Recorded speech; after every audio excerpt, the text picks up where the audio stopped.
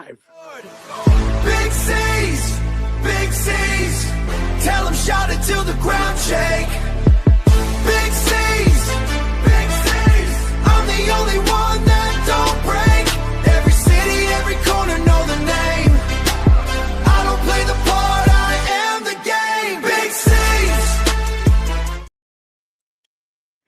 And what's going on, everybody? Welcome to the BigCeaz Show. I am your host, BigCeaz, alongside JP, and we finally got Alexis on. How we doing? JP, what are you guys up to? How are you guys doing? How was your weekend? How's your week been? Been excellent. How about you? Not too shabby. Well, what did you do, Caesar, this weekend? Well, shout out to my boy Cameron. Happy birthday, brother. Love you, man. There's a video out there of that I posted yesterday. If you guys are on my Instagram, go check it out. It's might be a little bit controversial, but I love my brother, and no homo. Oh, the one where you were making out with him? I did What's not wrong with make that? out. Selfless, helpless fun. I was just simply grabbing a churro from his mouth to my mouth. Yeah, it's just like wearing the color pink shirt. It's masculine. It was only bottom lip. I mean, I didn't. We're gonna have to get ready for pink with the Panthers this year. Did you see that jersey? It's actually fire. A lot of people don't like it. Yeah, What I do you love guys it. think? I love it. Did Yeah. you see it, Alexis? No, I haven't seen it, but What? Let me, the jersey, No, I have I'll not. show you a picture. This show is brought to you by iText Now, by the way, guys. Thank you to iText Now. I was able to go to the Marlins game yesterday. No fees. Was able to talk to the person who was selling the tickets. Man, what a great way to get your tickets to go to a Miami Marlins game. Only $20. Great seats as well. Now, I know it is a Marlins game, but they also do Inter Miami and Florida Panther games, and as well as Boston Bruins. Boston Red Sox, Boston Red Sox. Okay. Dolphins. There we go. Inter Miami. Yep, and it's just the way that you should experience ticket buying. There we go. Go get your tickets right there on the QR code. iText Now. Register. It's free. Let's go. Anyways, I want to get this show off. I want to start. We got a special guest here we'll be talking to later. Oh.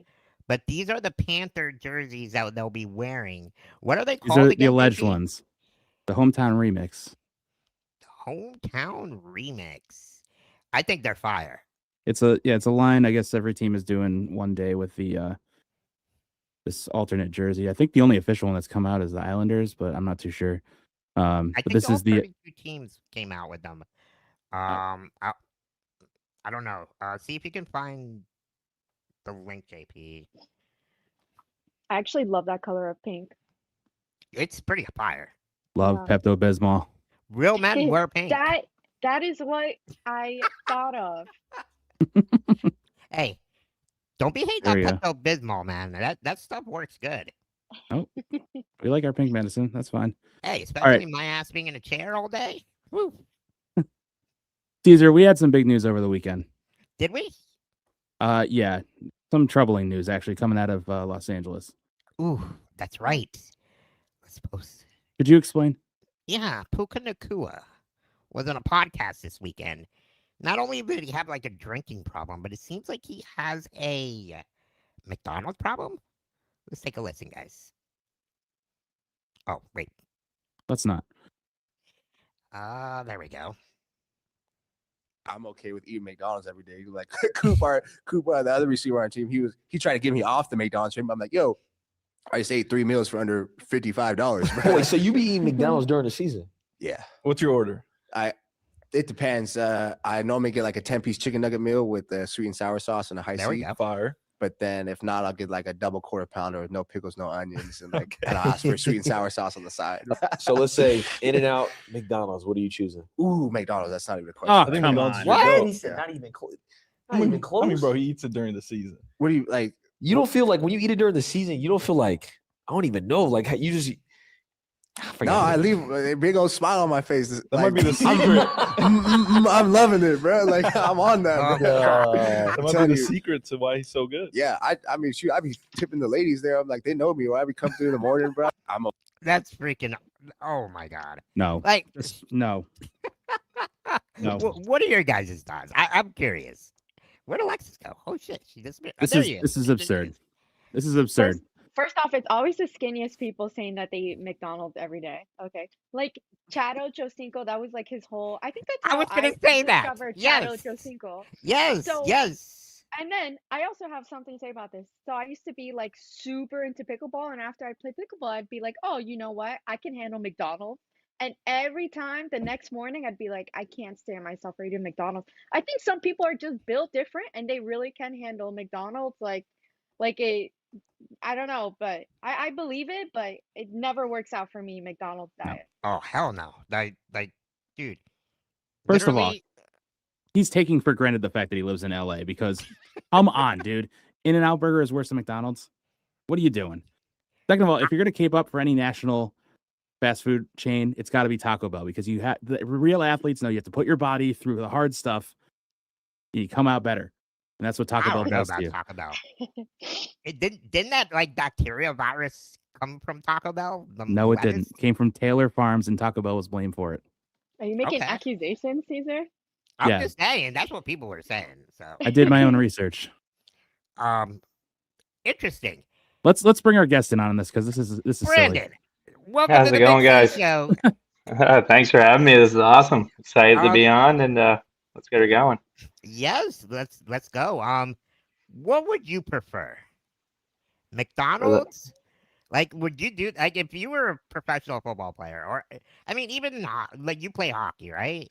Yep. Just fast food preference. Yeah, fast food preference. I'm honestly going with McDonald's too. Honestly, Oh, I'm gonna be like Alexis say. It's like when you play, I don't know, play a late game or something, or you feel like you had a lot of exercise. You feel like, you know what, I'm rewarded to McDonald's tonight, and then you go and I'm always going with the Big Mac meal. So, yeah, go ahead. Is that like the beer talking? Like, because after a game, I'm sure you guys pop a beer, right? Sometimes you have a couple beer. Yeah, it's always, I don't know. It seems like it's always been a hockey thing for me. Like anytime I played, it's always, let's go to McDonald's, man. Let's get a Big Mac, or hey, let's stop and go through the drive-thru before we hit home. So yeah, I think it could be maybe a beer, or I just think it's always been a hockey thing for me. Oh my gosh. And we also got Die Hard in the chat. His favorite fast food is McDonald's. All right, So I'm there we go. I guess clearly for me- outnumbered here. We are. For me, shoot.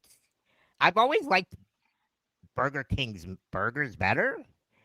But as far as everything else, like the fries and nuggets, definitely McDonald's for sure. Burger King had them beat in the 90s when they had that really peppery chicken nugget. I've never had that. It was like a small chicken tender shape, and it was like it was very Don't peppery. be talking about me like that, JP. I didn't say it had wheels, dude. She's Brandon, not wrong though. Burger King was good in the 90s. So Yeah. are you in Brandon? Tell us a little Yeah. bit about you. You're in Canada, right? Yeah, Yeah, welcome, by I'm the way. down in. Yeah, thanks for having me. Yeah, no, I'm in Instead of New shouting Brunswick. fast food at you. Yeah, I'm about only like 30 minutes to be in the States, I guess. I'm right down by the Maine border, I guess. Calais, Maine, Bangor, about 6 hours from Boston area, so I'm not too far from the States. But yeah, just a small town here in New Brunswick, St. George, New Brunswick. Work up in St. John area, and yeah, There we go. like to play hockey, and we like to fight down here. I guess that's the main thing, really. I mean, I guess if you love to fight, you wouldn't have been in BK Ice Wars. So I guess that Yeah. makes sense. Yeah, no, how- Oh, Go yeah, ahead. go ahead. No, you're good. Yeah, no, that was an awesome experience, actually. You know, couldn't even explain it being the first fight of that night. Yeah, it was something, I've done a lot of fighting in senior and stuff, so being able to actually go out there and just focus on the fight, not playing, is something that I never thought I'd be a part of, so. That's awesome. And I kind of want to take it back a little bit, Brandon. For the people that are trying to get to know you, and tell us a little bit about life growing up in Canada. Like, tell us a little bit about you growing up. Yeah, growing up, I grew up in a smaller area, so I grew up in a small school called Back Elementary. Yeah, no, just played every sport growing up. Always worked down and live on the ocean, so I always got to go out and do lobster fishing, stuff like that, and do that in my spare time and help my dad out when I was a younger age, and grandparents and friends and stuff. But working on the water, going to school, playing every sport in a small town like I live in. So yeah, and then I grew up to be joined the trades. Once I was done junior hockey, I started being a plumber, pipe fitter. Now I'm in the Okay. local UA, local 213. So I just work at oil refinery in St. John right now. It's actually the biggest oil refinery in Canada. So I'm Oh just there as a wow. foreman right now, and I'm just getting ready. Well, we're just getting pre-shut right now, and then we're getting ready for the shutdown that starts right after my fight. So basically, I'll go fight on Saturday night, get a little break Sunday, Monday, and then I'm hopefully don't have black eyes and Ian's telling someone what to do on Tuesday morning. Wow, that's crazy. So Yeah. you're a plumber, and you're also I'm a pipe working. Pipe. pipe fitter right now, I guess, but Okay. was Okay. I have a red seal in plumbing too. Okay. Nice. Union guy. There we Yeah, go. yeah, So, got it right in the both, background here. There we go. if these are all your jobs, what was your dad like? Because these are like the manliest jobs. You have the hockey and the plumbing and the Right? pipe fitting. Like, Yeah. not a lot of men in this generation sign up for these things. I'll tell you that. Yeah, no, my old man, he was in the fishing. Actually, my whole family were fishermen. He was actually so he started on the water as a diver, worked on cage sites, dove underwater, fixed there's like salmon farms Well, down there. They grow salmon and wow. stuff. Basically, that's what my mom does too. She works on salmon farms, but my dad was a diver. He dived for like sea urchins, uh, dive on cage sites, like fix the netting down there. If there was dead fish in the cage, he'd have to dive down, take them out, work on the net, stuff like that. And then work lobster fishing too, or scalloping. And yeah, and then he finished his career just worked for Cook's Aquaculture, Harriet Salmon, and basically run the sites for him and stuff. No, I heard that incorrectly. I thought your parents were into cage fights. No, salmon cages. They're both scrappers, I guess. Back in their day, they made we're definitely a scrappy family, but yeah, that's I was probably gonna where say yeah. that's probably is that what got you into like fighting? Yeah.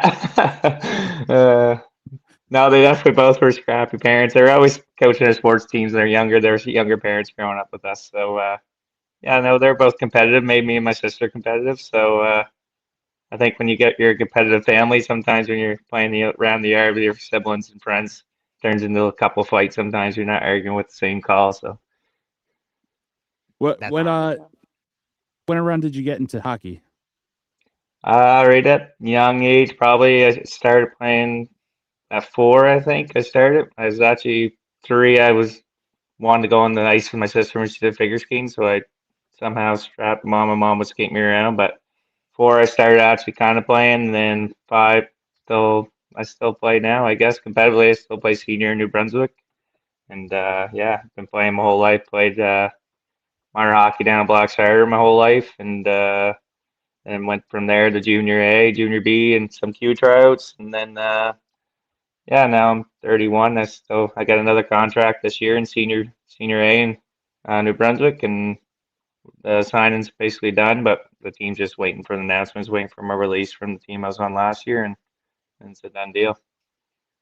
Very cool. I know some of the guys love this question, but were there any hockey players growing up that you idolized? I love that. I'm a pig. I don't care for the team he coaches now, but because I hate to say it, I don't hate to say it, but I'm a Toronto Maple Leafs fan. But I'm a big. I always. Oh, I know. you just I hurt know you guys are myself. Panthers fans down there, so. No, yeah, I'm a big Marty St. Louis follower just because of my height growing up. I was always a smaller kid on the team, but I kind of looked up to him Yeah, because he always played with know the that. grit and put his head down and never let size bother him. So yeah, I was a big Marty St. Louis fan growing up, but if I He was was one of thinking about scrapper wise, I'm always gonna go with Ty Domies or Darcy Tuckers and that when I was growing up, that era kind of thing. I always loved watching them on Saturday night in Canada. So That's awesome. Yeah, Martin St. Louis had like legs of tree trunks. Like the oh guy's man, legs were huge. Yeah. So now, who's your favorite player now? Per se? Favorite player right now. Oof. It's a tough one, I guess. I haven't really thought of this one lately, but I'm starting to like Santa Brandon, honestly, down in San Jose. He's, Okay. I think he is going to be one of. I know he's just got into it, but he's really catching my eye. Really plays the game right. I think looks like he's going to be next captain in San Jose. They're announcing, or will be announcing, and yeah, I just like the way he plays, the way they're bringing him with Team Canada and stuff, and put He him played beside incredible. Crosby and the guys. So I kind of like the way he plays, honestly, and I think he's going to be the next big talent under McDavid. Oh yeah, for sure. I made a prediction that if Connor McDavid doesn't end up winning in Edmonton, the way he played in the Winter Olympics and in Four Nations with Celebrini, I think I wouldn't be surprised if he goes to San Jose. I wouldn't either, honestly. You know, they definitely are in the right direction with their draft picks for sure. They got a bunch of good young guys, but I like seeing come Toronto, honestly. But I think you're gonna we'll have to see what get rid of happens there. Austin I know. Matthews then. Yeah, we'll see how this year goes. If he wants to go to America, then he'll probably be head there, and we'll take him, I guess. Wouldn't be a bad trade off for us, but Is this a sign that you guys are trying to kick him out already? I'm not ready to kick him out, but we just need to. I think we need to make a run here soon. We need to definitely squeak by Florida, I think, to convince him to stay. That would be the big test this year, and if we can make playoffs. That's a huge if. That is Ooh. true. Yeah. It's all right. They Hopefully, got bombed. They got bombed. yeah. I think- Hopefully, I think Bobrovsky we didn't pick up any data. Hopefully, Bobrovsky's still going to play good for us, like he did in Florida. So Well, He he's gonna had- have a he lot of had weight two- on his shoulders. So He had Yeah. 3 good years. 2.5 good years. A long Yeah. contract for only 2.5 years. This is all in retrospect because no one could say a bad word about him for the last 2.5 years. But no. so did hockey teach you anything away from the rink as far as when you were growing up? Did it teach you any lessons as far as heading into adulthood? Yeah, it taught me a lot of life lessons, like lessons kind of helped me towards work now and stuff, or just being kind to anyone, or make sure everyone feels a part of the team, and not just leadership roles, really, and communicating with people, and always getting to know your whole team, kind of thing. Like I never, with the guys crew I have now, I don't let anyone feel like they're the weak link, and I make them all feel welcome, and I think just that kind of style, being a assistant captain or just a leader in the room for my fighting role and stuff like that. I always try to bring everyone involved in the group and just make everyone feel welcome. You know what I mean? You don't want someone not to feel welcome in the room. That makes a good team. And yeah, I just think I bring that to my workforce now, and I make sure that everyone feels a part of it and no one's a weak link, and we'll get this done together. So I think it's helped me out that way, and just communication skills and just life lessons like that for me. That's what I love about sports.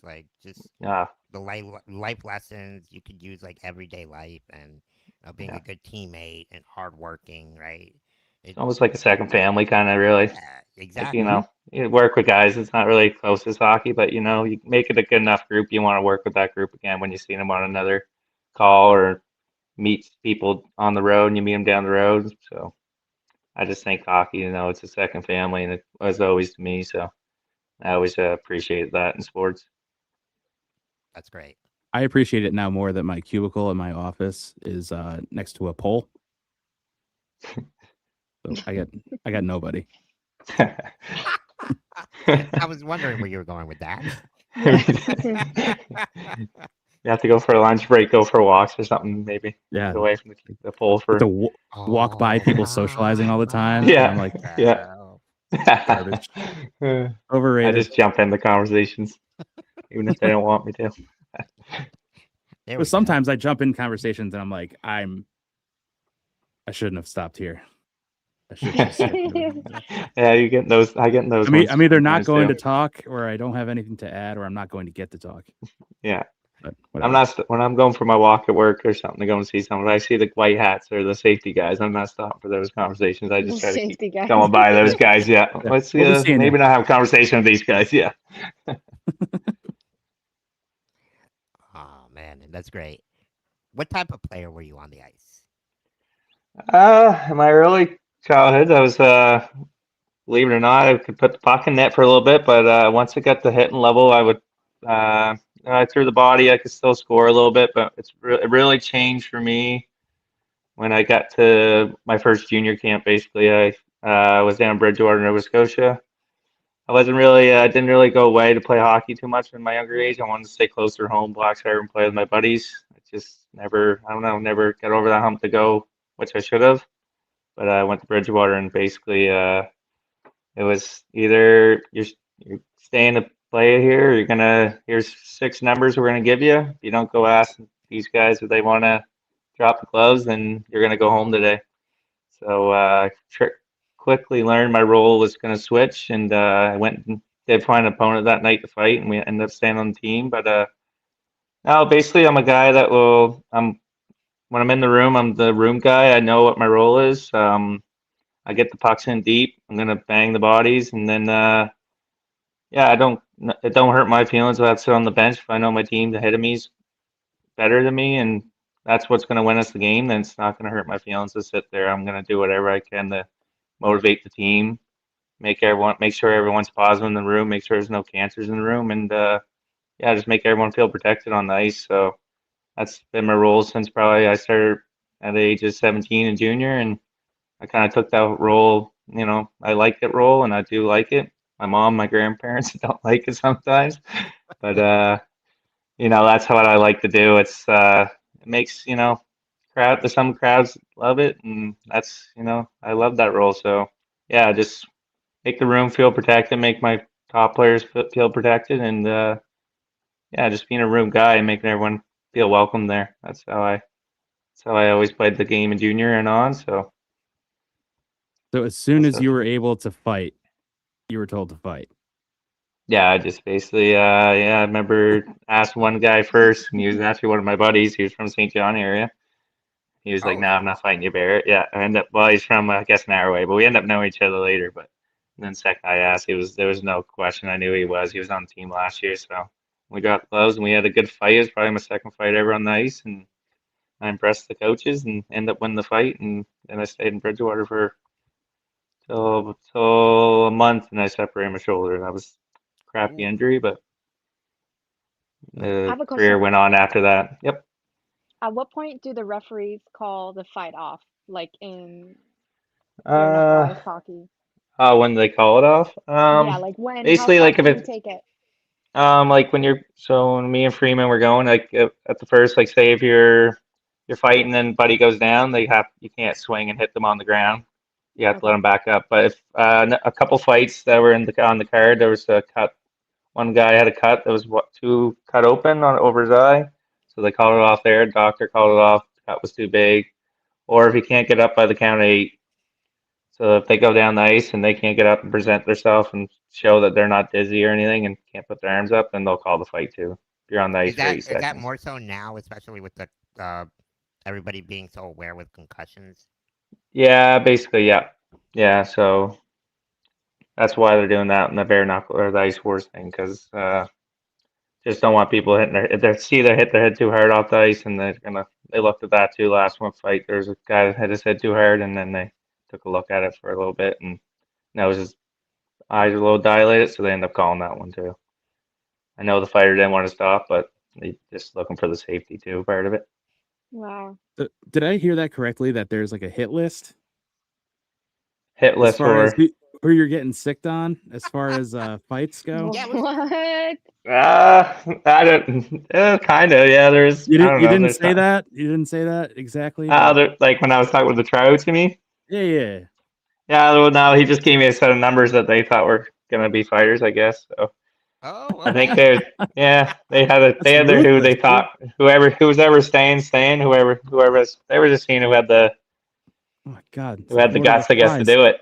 Yeah, they thought they seen something in me on that side, and I guess I went and showed them they had that side of me, I guess. All right, thanks What for is clearing that up. what is that health insurance policy looking like? Not too bad actually. It's funny you say that 'cause I actually just switched one and I went to one of my buddies I play beer league with. Actually, I played senior against him and he played in the queue and stuff. But we were talking about bare knuckle and we're sitting down having a pint at a local bar and he was just like, "Hey man, I'm starting to do life insurance. You should come meet me some Friday." And I was like, "You know what? That don't sound like a bad idea, man." So I went and met with them on last Friday, and yeah, we got a little plan set out for life insurance now. So Hey, there we go. Well, yeah, and presumably him being Canadian, he's going to.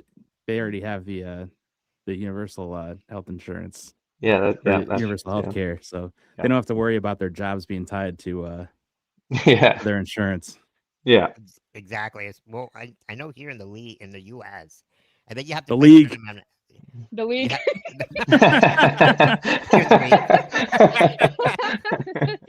No, but here in the U.S., I think you have to play a certain amount of years before you get to keep any like benefits or any insurance and stuff. So that's crazy. Yeah. Yeah, it is wild. It is. It's greed. I'm thinking about getting a side gig at like Memorial Healthcare, like once a week. Yeah, A there you really go. good healthcare policy. Right? Oh, I'm sure those agents are all over the place, are trying to get to all the athletes. It's like, go to this one, go to this one. How much is your basically? How did you get that opportunity with BKFC Ice Wars? What started that? Well, it's actually it's gonna be a lot related to the guy I'm fighting next, but Oh, I was just okay. yeah, basically I was playing senior last year in Amherst, Nova Scotia, and we're getting ready to play Bell Bay, it's a team from Bathurst up in New Brunswick. Are you guys like rivalries? No, it's that was my first year playing with Amherst in that league too. So no, just Bell Bay had a team, and they signed this bare knuckle ice wars guy, and I was like, you know what, but that's a pretty cool sport. I'd like to join that. But anyways, I'm just we're getting ready to play him. I kind of forgot about they signed him, and the guy by the name of Jordan Christie, who I'm fighting next, sends me a message on Facebook, and yeah, he just asked me, "What's up, big dog?" And I just said, "Not much, man. How you making that?" I knew exactly what was going to go on there, and he just said, "Yeah, would you want to fight me this Saturday in Amherst?" And we were getting they were giving me money to fight in Amherst, so I just said, "Yeah, money's good, man. Let me know when if you want to fight it off the draw. I can get it set up." And he agreed about it. And then by the time we got to the game time, their team ended up actually folding. Was the crappy thing. They ended up folding before that night, and it was upsetting because they had a big announcement on the Amherst page that I was going to BKFC fighters coming to fight, might be a fight off the draw, and it was all over our media stuff. So Oh it man. was all agreed upon. And then yeah, Jordan was upset when it happened. Obviously, he wanted to fight, and I wanted to fight too. And then he just said, "I'll try to sign on a different team." Like he really wanted to fight me for some reason, and I don't know whatever did. Told me he's not even from my area, but I just said, "Yeah, man, I'd be interested to come do that bare knuckle ice war sometimes." And he just took my number, and then yeah, and then later on, there was a chance I seen to be on the card. It looked like they were struggling. And I texted John Marazzi, and Marazzi said, "I can give you the first fight of the night. You can fight Derek Freeman. You got 4 weeks to train. You have to be under 190 pounds." I weighed like 202 at the time, and I was like, "Yeah, I can do it. Let's sign me McDonald's. up, and I'll be no McDonald's." Then I tell you, I ate some McDonald's after I got back to Canada or back to New Brunswick. I ate right off to get the flight, but There we go. yeah, no, yeah, basically I cut down to 180. Actually, I got down the whole way to 180. I trained so hard for that fight, and Wow. ended up being victorious in the fight. It went really well, actually. I had a coach, Isaiah Hay, a younger fella, and he trained me up, and yeah, that's how she all began, basically. So now we're gonna see if I can beat the guy that got me in, basically. Jordan Christie. There it is. There it is. That's Man. him there. So I'm excited for this one. The Battle of the Maritimes here, so gotta win this one. Representing New Brunswick, he's representing Nova Scotia, so wow. I think we're gonna put on a show though. He's ready, I'm ready. What Gonna did be the ready girl for call war. it? I get winner. Val. She's always. Oh gosh. You got to ask her that one. I don't know what We she know has exactly against why me. she's saying that. She knows she's- exactly why she's saying that. Yeah, she wants it. I don't want to scrap her, but she can't get a fight, and she's coming That's after what the I'm small guy. saying. She's looking for That's- competition. Yeah, and she's coming after me for freak sakes. I don't want her to. I see the way she throws those hands. I don't want those to hit me in the face. Nah, me and me. It's the way she's smiling during the fights. That's the scary part. So That's the great. scary part. Yeah. Looking at her No, posts yeah. and all that stuff, like seeing her Ah. like trying to look Watching- all good and stuff. Like, get out of here! You're just like Yeah. you're just trying to like bait somebody in there. Yeah. I love it. Though. Just watching her boxing clips before, like the ones of her in the boxing classes. It's just like, man, I do some boxing too, but I bet none of me or Jordan are both hitting the bags like she's hitting them. So she's got some definitely talented at it. Hopefully she can find a fight here soon. But yeah, she was good help for me though. My first fight, me and Val kind of messaged a lot before my first fight. Before I went out there, I just had to ask someone who like, what do I need? What am I bringing with me? What do I have to inspect? So I just didn't know who the message, and she kept popping up. So I was like, I'm gonna give Val a message, and she was all about it. Here's a little Is this clip of Valerie's fight. This is the one in Florida. Oh yeah, I was there. Oh man, that was I was wild. there. This was. Yeah, I'd like to This- come down to Florida sometime and do this. Oh man, you are so more than welcome to, man. Oh man, Look at those I was ho- haymakers. and the other girl, the Barry girl, she wasn't even really that bad of a fighter, man. But just Val is just too much. Like she's not. When I'm watching at her, like the other girl's not even that bad of a fighter, but It's just that I uppercut. just I think Val's just too much. So it's gonna be hard to find someone that you to throw in the queen, I guess. right. They gotta start putting the bug in the ear in some collegiate hockey players. Oh, I've been trying down here. Like my sister's too shy now, but I wouldn't say my sister be able to. But I know my sister used to give me a good whack in the head growing up, and she used to be a tomboy kind of growing up. She probably wouldn't like me saying that now, but I was like, too bad you weren't your younger age. Like you would probably do all right in this. Not your right. sister catching strays. Oh, So man. you're Sorry, bro. practically you're fighting on swords. What is the hardest part of that? I Oh my think God, his for face. the hardest part, I think, but the best advantage for people is if you play hockey, you get the big advantage. Like if you played good level hockey, which I watched Derek's fights before mine, and I knew I was a better skater than him. And I just think that my we'll call them swords, the swords on my feet, I'm good at balancing on them. So Knives, Yeah. whatever. yeah, knives, swords, blades. Yeah, no, I can really. Always was my skating was really a big thing for me growing up. I was always a good skater and stuff, and helped me in tryouts and playing at high levels. So I think I do have really, really good feet work. I'm good on my skates, and like I can move you around on the ice box and not just stand still with you. I can basically dance you around like a ballerina and keep hitting you in the head. So I think Which that's is gonna be good. my advantage.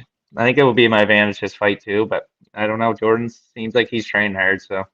But I do think if you're the hockey player in the fight and you played a lot of hockey, you have a good chance to win your fight. So that's what I think. Now, does size advantage really matter? Well, Derek was like 6'2" and I was 5'8", and if you watch the fight, I guess you'll know how it went. Took him to church. Yeah. Yeah, I got respect for Derek and stuff for doing it and everything, but it went very well for me, that's for sure. Like low man wins on the offensive line. Yeah, but like a tall guy, like if I was like when it gets tougher and stuff, like I see like Wells in my division, Laporte, and I know he's tall, but he's gonna know like a tall guy, if they're a good hockey fighter, they're gonna hold a guy like me out and not let you come in on the inside. Like his game plan was let me in on the inside, and I was so happy when I heard that. I was like, yeah, that's perfect for me. Like I always have to get in on the inside, except this fight with Jordan, he's gonna be my height, so we're gonna be able to just swing. So, but yeah, if you're a taller guy, you can hold me out. Is there Might have like advantage there. is there any particular like strategy you have to do, like as far as advantage? I mean, not trying to give away any secrets or anything here. No, like I definitely have a strategy for this one, but I just Super think Smash depends who Brothers you're finisher. fighting. Yeah, I can't give you all the strategies, I guess, but I think I'll give you one strategy, I guess. I think if you can land that first shot, and you let him feel your power. Like I think I landed that first one on Derek, and then he kind of just let me keep swinging. Like I knew I had to land that, get in there, land 3 or 4 real quick ones, let him feel it, and then he just played defense, and he was just didn't want to swing at me because he didn't scared he was gonna get a bad one, and kind of just he went in defense mode. So I think if you can land that first big shot on someone, that's like I don't know. I've been hit really hard on the first shots and still won them, but I just think if you can land the first big shot, you'll figure out what your opponent if he's gonna be tough or not. So that's what I always found. That's great. I want to show people. I love this shirt that you made, and I know Alexis kind of talked to you on behind the scenes. Yep. Talk about the Bam Bam shirt. Like, Yeah. what does it mean, and how did Bam Bam become your motto? Yeah, no, yeah, we decided, me and my team decided we're gonna make some t-shirts for I seen all the other fighters were making them, so actually came up with the name Bam Bam. It's a funny story. I haven't told Alexis this part, but yeah, no, I came up with the name Bam Bam. My great grandmother, Velda Randall, she was I used to call her Nanny Bam Bam because my Bam grandfather Bam. was in he was in World War II, so I was young and I just said Nanny Bam Bam because he was in World War II or something. So I kind of came up with that. Then my sister said, if you want a name, just call yourself Brandon Bam Bam Barrett after Nan. And I was like, you know what? Let's go with it. I think it's good. And Barnaby liked it because Barnaby's nickname was Bam Bam once. He told me that in the fights. But no, we're gonna make these shirts, and then everyone that sponsors me is gonna go on the back, and then we kind of had a talk with like we always do softball tournaments the weekend after the fight. We do it for Charlotte County Cancer, but whatever shirts, all the shirts I sell, like I just got a box ordered in now, and then I'm gonna sell some shirts, and then all the shirts I do sell, I'm gonna donate to Charlotte County Cancer.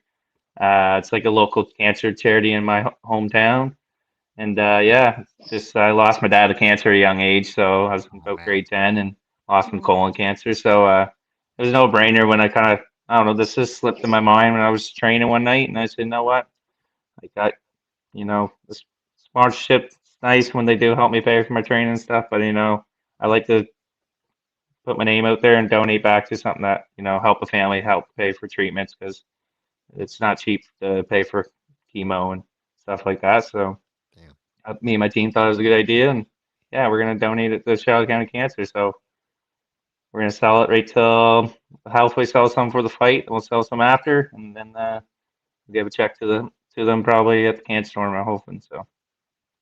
Man, I'm Wow, so I sorry love to to hear about hear your that. dad. But yeah, Oh, that's no awesome. problem. That's he's definitely he's where I think I got the fightiness from. He was always a good fighter back in his day. People told me, and all my friends' dads and hockey players that played with him and stuff. He was always a well-known fighter too. So yeah, his You favorite definitely number had was your number. dad. Oh yeah, favorite number was 5 on the 5th fight on the card. It's September 5th. So I think some good signs coming up this fight. There we go. Is Awesome. that where you And got number 55 from? Yeah, yeah. Yeah. I wore 5 my whole life. Then my sister did too. And then okay. I just wear double 5 because she wears 5 if we play on same co-ed softball teams and stuff like that. So I just Now, went double 5. you said you have a I guess sister. double 5 is I lost one of my friends at a younger age too, who wore number 5. Not trying to make Oh this all wow. sad here and stuff, but that's No, why I wear that's double 5. One for my dad, one for him. So I love the meaning to numbers and stuff. I know a lot of oh yeah, people are like, "Oh, it's just a number," but sometimes we have that value, and we take that to kind of give us that edge, right? So I'm yep, sure that's what you 100%. use it for. Oh But yeah, that's cool. yeah, Um, you said you have a sister. Did she play hockey as well? Or she was yeah, a well-known yeah, athlete? yeah. My sister is actually probably no, not even probably. She was a better athlete than me. She's always played hockey growing up. She coaches now high school hockey down our way. She has my nephew Barrett. She helps coach him, and then yeah, she played every sport growing up. Really, she won female athlete of the year at her school like 4 times. I could barely even win the thing because my school marks weren't the highest, so they couldn't really give me the athlete of the year a couple of years, but I wasn't really the best student in school. But no, my sister's a very talented girl. She's a really great mother now, and yeah, she raised my nephew Barrett, same last name as me. She ended up naming him after her family, so we have a small family, and yeah, she's when she helped me with sports growing up. We were always outside playing sports every night, so yeah, she's awesome. So. Is either of your McDonald's orders the number 5, the fillet of fish? Oh, not a chance. We live on the ocean, man. We're not getting no filet of fish at freaking McDonald's. It had to be asked. When I see my buddies order that, I'm just like, what are you doing, man? Like, we're right, like, go grab a salmon at the cage farm or something. It's wild caught Alaskan pollock, man. I'm good with that. No filet of fish for me. She's a chicken. Likes her chicken nuggets when we were going, so. Her and Barrett about the same with the chicken nugget say deals. the McDonald's filet of fish is like the best. I've heard that too. My buddy said, "Man, you got to try it. You got to try it." I'm just like, I'm never ever gonna try that. I've spent most of my life avoiding that, and then like I got it for free once, like through the rewards or whatever. Free. And I tried it, and I wasn't disappointed. I'll leave it at that. I have heard that before. I have heard the filet of fish is good or something. I have heard this. Good. I didn't say good. It's not. No, but he said it was. I have heard that too. I know. I'll send you guys a picture. Maybe I'll try it out for you. Let you know my result. Yeah. You know, the people that ride for fillet of fishes, they say it's good. So. I mean, they made a song about it. There's got to be a reason. Oh gosh. Give me that fillet of fish. Give me that fish. Surprising. That's awesome. I know. I want to keep going. That's a Christmas ornament I had when I was a kid. Need one of those. Man. So, what do you want to? I guess what do you want from this BKFC Ice Wars? What do you want? What do you want to be known as? I want to. What I really want is the belt once it comes out, I guess.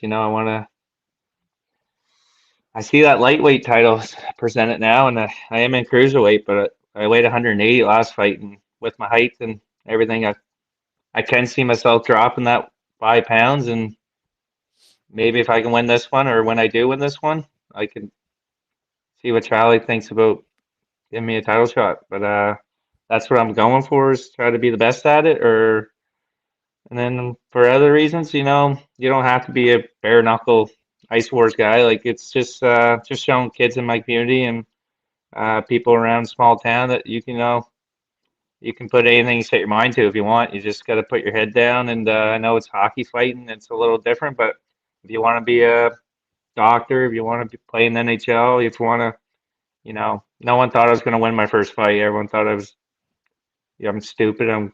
What am I joining this for? And I knew exactly what I was going to do. I knew my motivation was there. And I don't know, if you just put your mind in anything, you can go on a run in bare knuckle Ice Wars, or you can be that nurse, or you can be that pipe fitter like myself, or play in the NHL. Who knows? So I don't know. Right now, I'm just gonna try to win this one first, and then yeah, I love to have the bare knuckle Ice Wars belt wrapped around my chest, and yeah, that's what I want to do. I want to try to go lightweight division. Don't have much people, and I think I could put my name on that belt if I want to. I'm definitely gonna be paying attention to that title fight when it's happening. So, all right, so let's manifest. Sorry, go ahead. You said you have to drop 5 pounds for that? Yeah, so I'm in the cruiserweight. It's like 175 to 190. So I can't be under 175 and I can't be over 190. So last fight when I weighed in against Derek, I weighed 180. I think I can make the weight cut. Yeah, because you said you were starting over 200, so you could definitely do that. Yeah. Oh yeah, I was just wasn't really. No, not at all. So I win. I could be like, what's his name? Ever watch that Patty Piplet? Now I'm talking about UFC. The videos he does when he drops. Yeah, he's like that blonde guy. He cuts down like 155, and then he puts back on like 210 like a week after his fight. He just goes and eats McDonald's and I don't know and how then they can do cut that. the weight like that. It's actually that I wouldn't do nothing like that, but take a check on him after this. It's crazy his weight cuts. But that's I'm what he always does. He talking just with loves food. He McDonald's. says so. That's crazy. Like, Yeah. what do you do to cut weight though? Like, what's your I routine? don't really, I don't really even do much. I just, think I've always like kind of, I've never been too big. Like I guess like a little bit here and there, but I just, I go to the gym at 4 before I go to work. I put the treadmill as high as I can on the incline, and I don't even run it. I'll do a couple sprints, but I just walk 3.5, and then I burn 500 calories in the morning. And after work, I'll go to boxing. I'll box, and then yeah, and just watch my food. I love pop too, but I just drink water. I just stay on the water and try to get a Like full pop. 4 liter. Coca-Cola is my favorite. Frig. Yeah. Oh, And then I'm on a root beer kick. a cold Coca-Cola. Now You're she's different. bragging it up and Sarsaparilla. drinking it. Yeah, no, I just kind of watch my food till the fight, and then yeah, just drink water, and I'll have some nights like me and my nephew will go. If he wants ice cream, I'm not saying no to ice cream, so I'll go have an ice cream with him, and there then we go.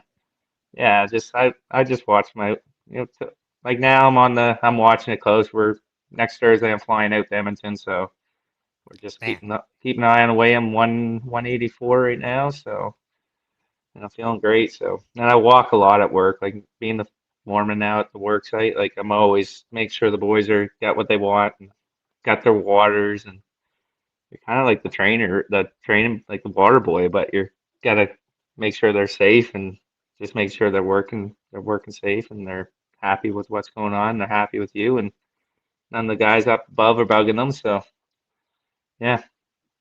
So let's manifest your first walkout with a belt. Should this happen, are we thinking belts around the waist? Is it on your shoulder, like The Ugh. Rock? Or are you dragging it to the ice like Stone Cold Steve Austin? oh, there we go. The last one's got me now. It's Stone Cold one, but I think Maybe I'm doing. maybe you get a couple can of I'm beer. always a rock man, so I'm putting it right up on the. I'll let Charlie maybe wrap it around me, but like Dana White or something. But I'm No, I'm talking gonna. about like the entrance. Oh, when I'm walking out with Entrance. it. Yeah. Oh, Oh, there we I'm go. definitely. I'm doing the rock. I'd say right around right up on Okay. the chest. Well, Maybe the eyebrow raise, but I don't know if I can do that. yeah. I don't know There if I you go. can. His little eyebrow raise or whatever he does, but yeah, no, I do like Stone Cold walkout, but I'll have it up on the chest walking out. Fair enough. Maybe if they can, I'll stand up on the boards like it's in the corner of the ring and lift her up in the air or Exactly. something. But I got a lot of work to. I can hopefully do that walkout someday, but that's the goal. Exactly. And I got Jordan in the way right now of it, so Just putting it on the vision yeah. board. That's all I'm saying. Yeah, it's definitely out. It's visioning that. I'll vision that when I'm training this. Be walking around in my gym, people are like, "What's this guy doing?" Be dragging around a little weight belt or something. You ready to do some quick hitters here? Let's do it, JP. All right, we're gonna do rapid fire answers. Give us like 5 or less words for each answer. Is this me here, eh? I'm answering these. Yeah. Yes, sir. Well, I'm Okay, yeah, not being interviewed. You want some help? yeah. I don't know. I'm ready. I'm kind of nervous already. Let's go.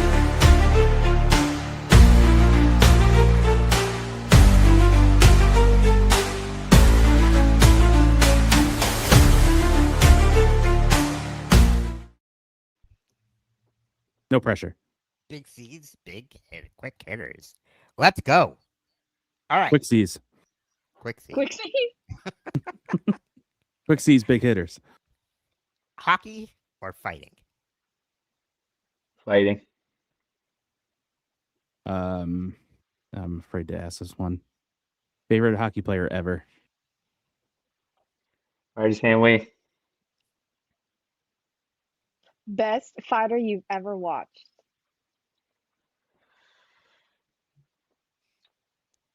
Besides yourself.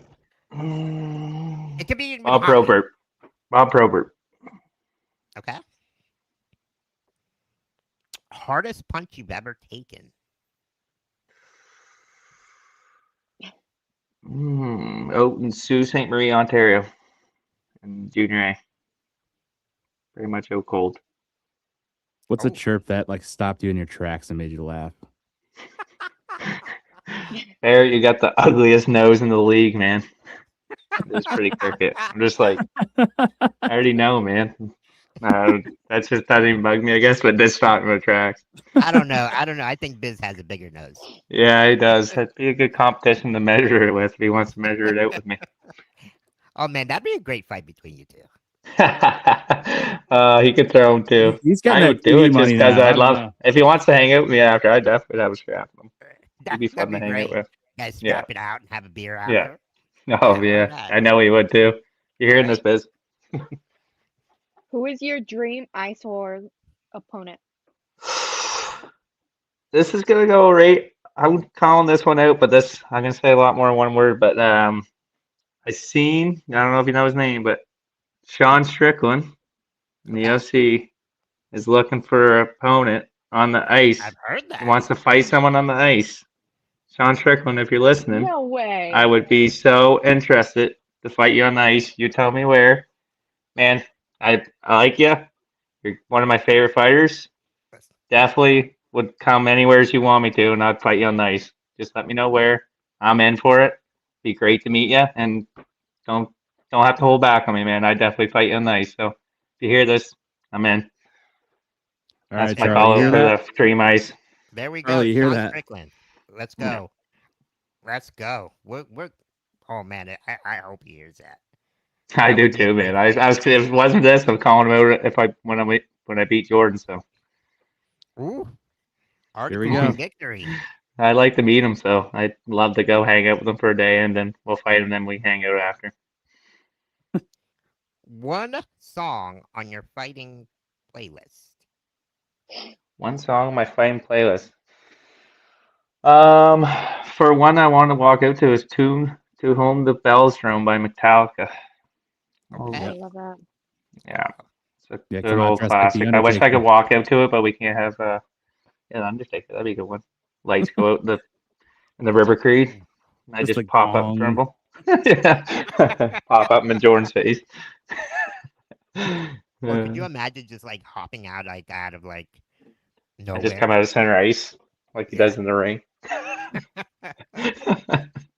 I was thinking about Uh, asking for a prediction for September 5th, but I would like a spoiler. a spoiler for September 5th for me and Jordan. Yep. Ooh. I don't think it's, I'm gonna get the victory for sure. Like There we go. there's no spoiler.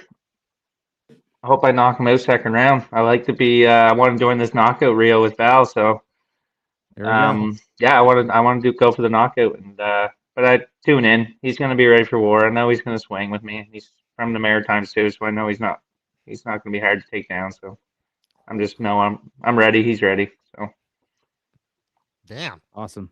I can't wait to see that. It's gonna be fun. It's gonna be awesome. Can't wait to see you battle it out with him. Man, any last words here, Jordan?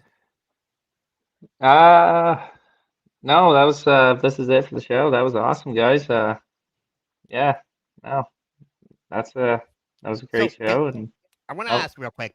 Like, Yeah. where, the shirts. Can anybody buy them in the U.S. or is it just Canada? I'm gonna try to figure that out. I kind of just put it on there. I didn't think I'd get that much support, but I'm gonna have to ask Val that one because I know she can sell me hers to Canada. I haven't figured it out yet, but she did send me a link on it and stuff. And if you do want a shirt, go see Val. They're pretty sick.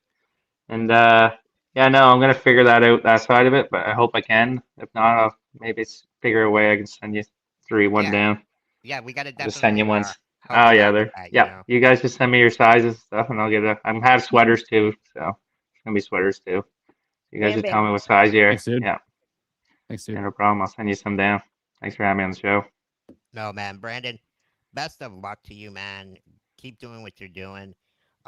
We love your adversity and we love your hard work ethic. We And don't love the adversity. We admire what you've done through the adversity. Yeah. well, I mean, the adversity of being small. I mean, Yeah, I've been We through love that. all the things you went through. yeah. No, yeah. It's gonna be a war Saturday. Tune in September 5th, Edmonton River Creed, and Let's yeah, go. It's going to be a war. Thanks for having me, guys. Thanks. Best of luck, Awesome, dude. guys and girls. And yeah, I appreciate it. Awesome. Awesome, You Brandon. guys have a good Thank you, night. man. You too. Yeah. See you, Good buddy. luck. Okay. Good See night. ya. Bye. Oh man, that was great. I love Brandon. Good luck to him and his opponent. Yeah, not so Number much. 5th. I can't exactly. I don't want to have any favorites, so I do support. No, we're gonna BKFC. have favorites. The guy who was on with us. Well, you will have favorites. I can't say much. Oh, But, you're an unbiased journalist all of a sudden? How can we watch his fight on September 5th? I would recommend believe they are flying to working on Canada. it. Yes, it's in Canada. It'll be let me see where it's. I believe Because it's on now his I'm curious. Instagram. You know what I mean? Yeah, no, it. So right now, Charlie's working on the event itself being shown. They have a few deals that are working with. We don't know if Oh. it'll be back on ESPN, so we're still waiting for that. It'll be at the River Creek Short in Canada, so that'll be. It's a River Creek resort. It's a casino over there. I believe it's close to Edmonton. So, yeah, that's where they'll be having it. And this is the backstage. We're just I can see Brennan either reach for a hanger. I think we're following him into the shower now. I think I'm just gonna remove him from the studio. I got this. Oh man, I got it. No, shout out to Brandon. Really appreciate him no, coming he's awesome. on. Let me Funny see if I can dude. pull up his Instagram so you guys can follow him and give him his support. Let's see here. There we go.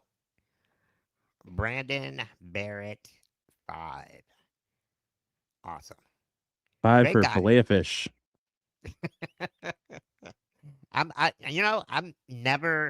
I think I've had the fillet of fish one time. So I was very young and I never liked it. So that's Not just- bad. It's not bad, but whatever.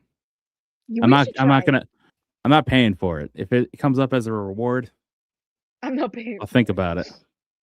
I'll think about it. There we go. All right. I saw that Tito Ortiz is gonna be at that Ice Yes. Wars thing. That's crazy. Yes. So he's actually helping promote the event, and he was here in South Florida when they had it down here. Really super cool dude. You could tell he was so into it when the fight started. Like it was almost like he wanted to get in there himself as well. I mean, he's so He's jacked. probably not going to. No, he's retired. But yeah, he definitely loved the action. I think everybody loved Valerie's fight. I think that was one of the best ones. Yeah, Charles Rosa too. That was a really good fight as well. So yeah, I'm excited. September 5th, guys. We'll keep you guys updated. I'll keep you guys updated on my social media as well. As soon as it's like premiered, it might be recorded again, so they might be showing it on ESPN, but that is to be determined. Anyways, let's get to our next topic, guys.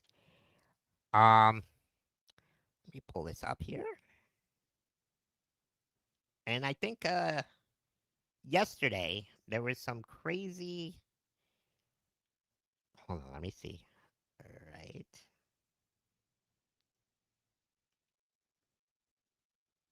Giants whooped on the Dolphins. How about that?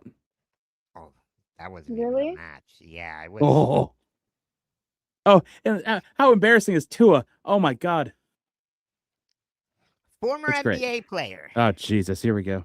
Enes Kanter. Enes Kanter, Enes Kanter. I don't give a crap what Freedom. his first name is. Enes. Freedom. like penis. Yeah, what a way to be born. I mean, did you guys?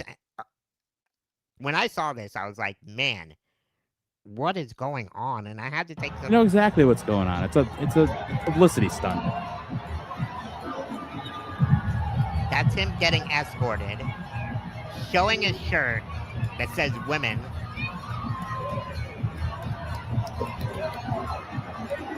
supporting women. That is the reason that they kicked me out. All right, let's not platform this guy. We understand. We got it. It's not about who's going for it. Let's remove this. All right, So this is ridiculous. I want to get your take, JP. No politics, right? The way he's doing it. The way he's doing it is inherently political. It is. Like he is But not it's making taking the sports world by storm. It's taking the Fox News world by storm. It's not taking the sports world by storm. Yeah, because Fox News interviewed him today. What a Wow. surprise. Yeah. I mean, I'm It's a all grift. for- It's a grift. It's a grift. He can't make any more money in basketball. The NBA told him Thank no you. more, no thank you. He was not wanted by the NBA, so now he's just drumming up the grift wherever he goes, and it's garbage. Yeah, no, definitely professional rage baiter. And I feel like they could have gone a whole different way about it, right? It's just, No, he could have just done nothing.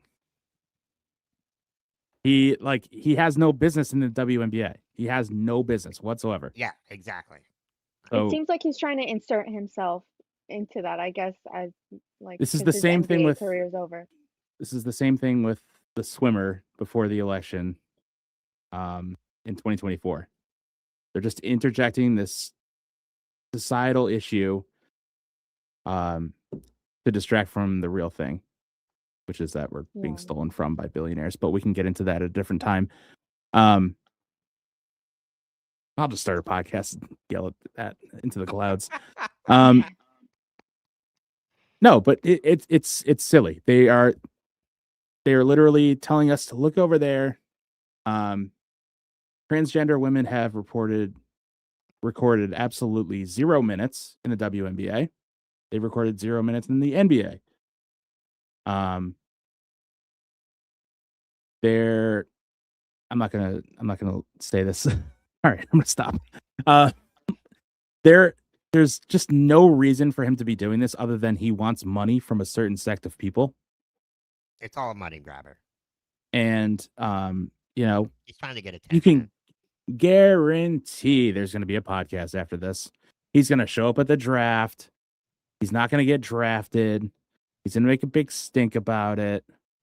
And it's like you can telegraph these moves like a mile away. But he's an embarrassment to men. That's what he is. Full stop. If being a man is what Enes Kanter is doing, nope. He can leave the club. Go be Enes Kanter somewhere else. I agree. How do you feel about this, Alexis, as far as like, Yeah, no, so I was home all day and I was listening to other podcasts and their opinions on it. And I think, including myself, I can agree that he is just inserting himself in such an egregious way and just where he doesn't belong. And I think that's just like the obvious answer that it's coming off so meh. I was thinking though, from a marketing perspective, right? He's trying to benefit himself and his opinions and benefit himself as maybe insert himself as a media personality with the certain group. I'm just thinking from a marketing perspective because this year, it's clear that he's piggybacking off of Sophie Cunningham's comments, kind of trying to insert Yep. himself into that yeah, whole world. I'm just thinking from a marketing perspective, like this year for the WNBA, it has been their highest viewed WNBA season so far. And I just think that, I think we could dive deeper into this once I get more facts, but I just find it interesting that they're coming at the WNBA from a super drama perspective. Maybe that's what they feel like they needed to get extra viewers. Not saying I think that's what was needed. I'm just observing certain aspects because I feel like this year since 2025, I feel like the WNBA has been in the headlines way more than it was in prior years, but for a lot of certain negative reasons, such as last night. So I'm just thinking from a marketing perspective, because it's obvious he did, like, shut up. Like, what are you doing there? Why is a man there? Girls like to say, why is a man there?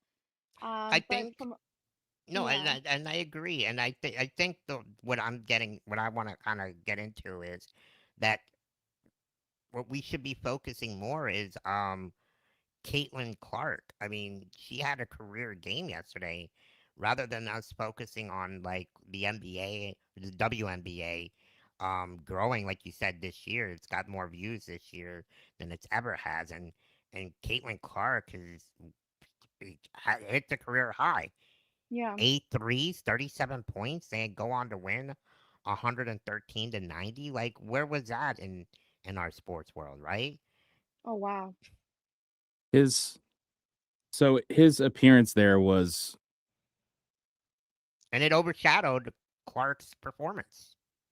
right, and it's Yeah. because this portion of the media has decided that they're going to, you know, the whole race war thing with Caitlin Clark and Angel Reese didn't work out. It didn't change the tide of anything. So now we're just going to go after trans people that don't have a presence in the Nothing to do with WNBA. it. Nothing. So rather than give breath to this guy any further, I think that Natasha Cloud should be commended for being the one that, got in his face as soon as she put a bucket down in the fourth quarter. Just daggers at him, and it got him removed from the game, and that's the way it should have been. But it's just Yeah, it's and so it's hard. sad. Just it this is sucks. the grift. This is the grift. Okay. It is. It's unfortunate, and I like Caitlin Clark. She's such a great player, and I think we're witnessing a historic run for her, and for us not to be talking about her being one of the best, or probably in the NBA right now, WNBA, excuse me. And being, I think she's a clear second in WNBA, but yeah. Who's But- number one? Angel Reese. Olivia Miles. Olivia Miles. Got it. But she's having a career season, and she was criticized a lot last year, and I'm a Lynx guy, by the way. I'm a Lynx guy. Okay. I haven't. We know that. We know that because we had questions about me wearing a Lynx hat. Yeah, you did. None of your but yeah, business. That's what. I mean, Like, you didn't ask me about my Heat hat. We'll get to that. We'll get to that. It's only when I wear a woman's sports hat that I get some questions about why I'm wearing it. Hey, it looks good on you. But yeah, In my car. let's go into other news here. We're going to move into the NFL. Is it about women swimming? Okay. No. I'm joking. I'm joking. The Browns naming Deshaun Watson Ugh. as their starter after. Are we going to talk about anything good tonight? Jesus. We will. There's some feel good stories coming. Let's talk on about later. his Miami Heat hat. No, it's fine. We'll get to that. But Deshaun Watson, Yeah. over this past weekend, I guess the fans were booing him. He was being booed during his game. Yep. During his abysmal game that he would play poorly in. Did not have great numbers, which Shedeur Sanders Not any better. Not any better. better. But, I mean, he did play better than he did. What do you think of this whole thing with Deshaun Watson and his comments? Let me play his comments and what he said, so that way you guys can get a better context. I think JP, you've heard of him. Let me see. Yep. Here. I want to make sure I pull up the comments he made before this game too. Okay. Wait, but I think I would cry if I got booed. Really? Yeah. Well, I mean, I don't know. So it's the difference is it's something that you can kind of relish in if it's not your stadium. But and he's it was an getting away game. he's getting booed by the home No, crowd. it was a home crowd. He was booed when he got injured his second year. Wow. And here is kind of a little quick context, Alexis. Yeah, they'll. Okay. Yeah. He got allegations from 30 different women, therapists, massage therapists. Around 30. I think it was 27. What a freak. Massage. So, yeah, this goes back way back, and just listen to his comments. It's just mind-boggling what he says. Man, I didn't have no reaction. I think the biggest thing is, I think you guys know too, and I think the whole world knows. It has nothing to do about the performance. It's a little bit personal than that. So Yeah, I it think has that's nothing to do with performance. it's a disrespectful thing. So yeah, I mean, I'm gonna keep whatever I feel with me and my family internally on how I feel about that. And yeah, just move on.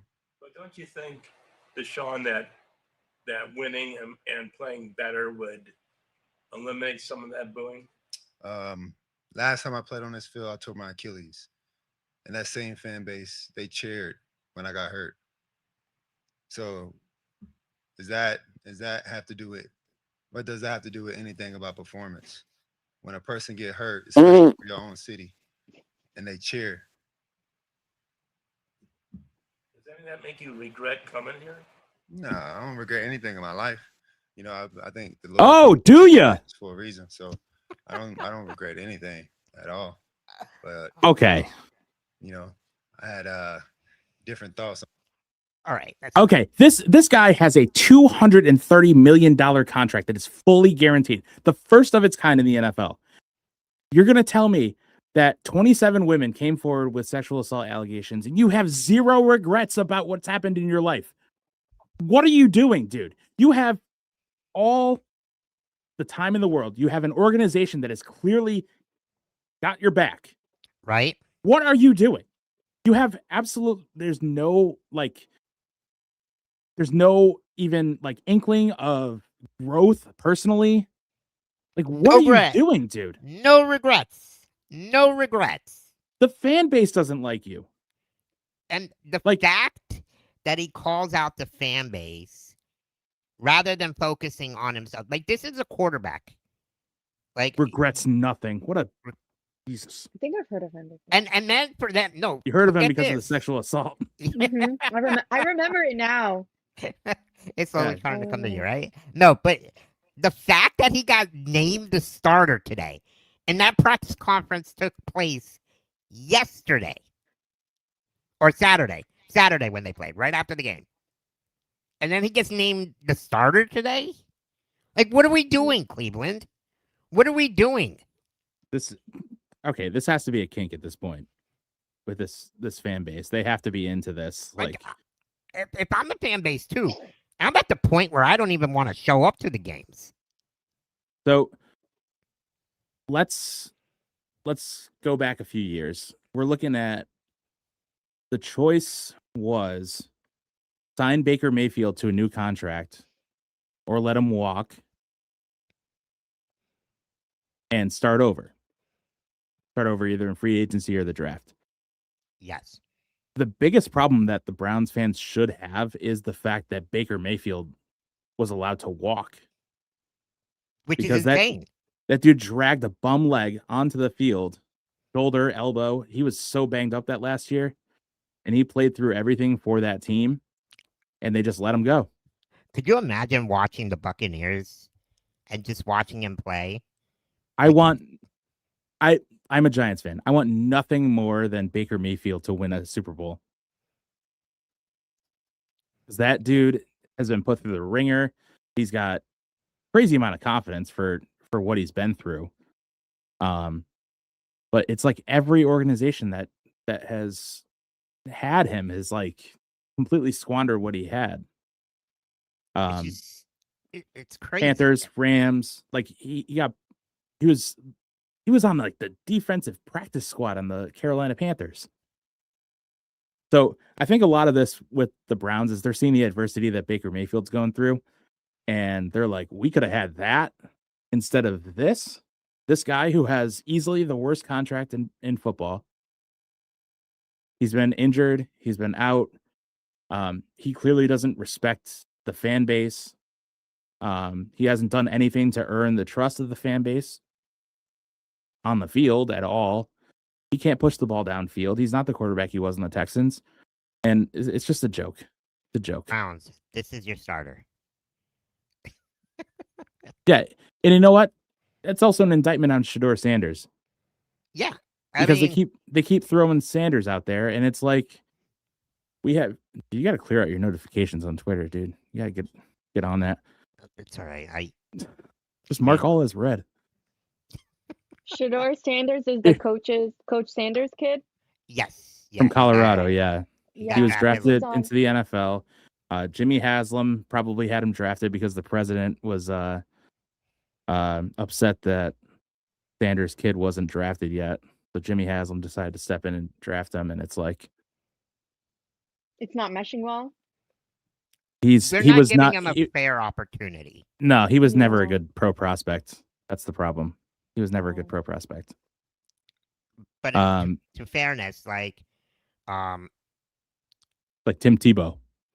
yeah. I mean, Tim Tebow. He's got a shot. He's got a shot based on the shine that he had in college, but just it's not working out with the style that he's come up against.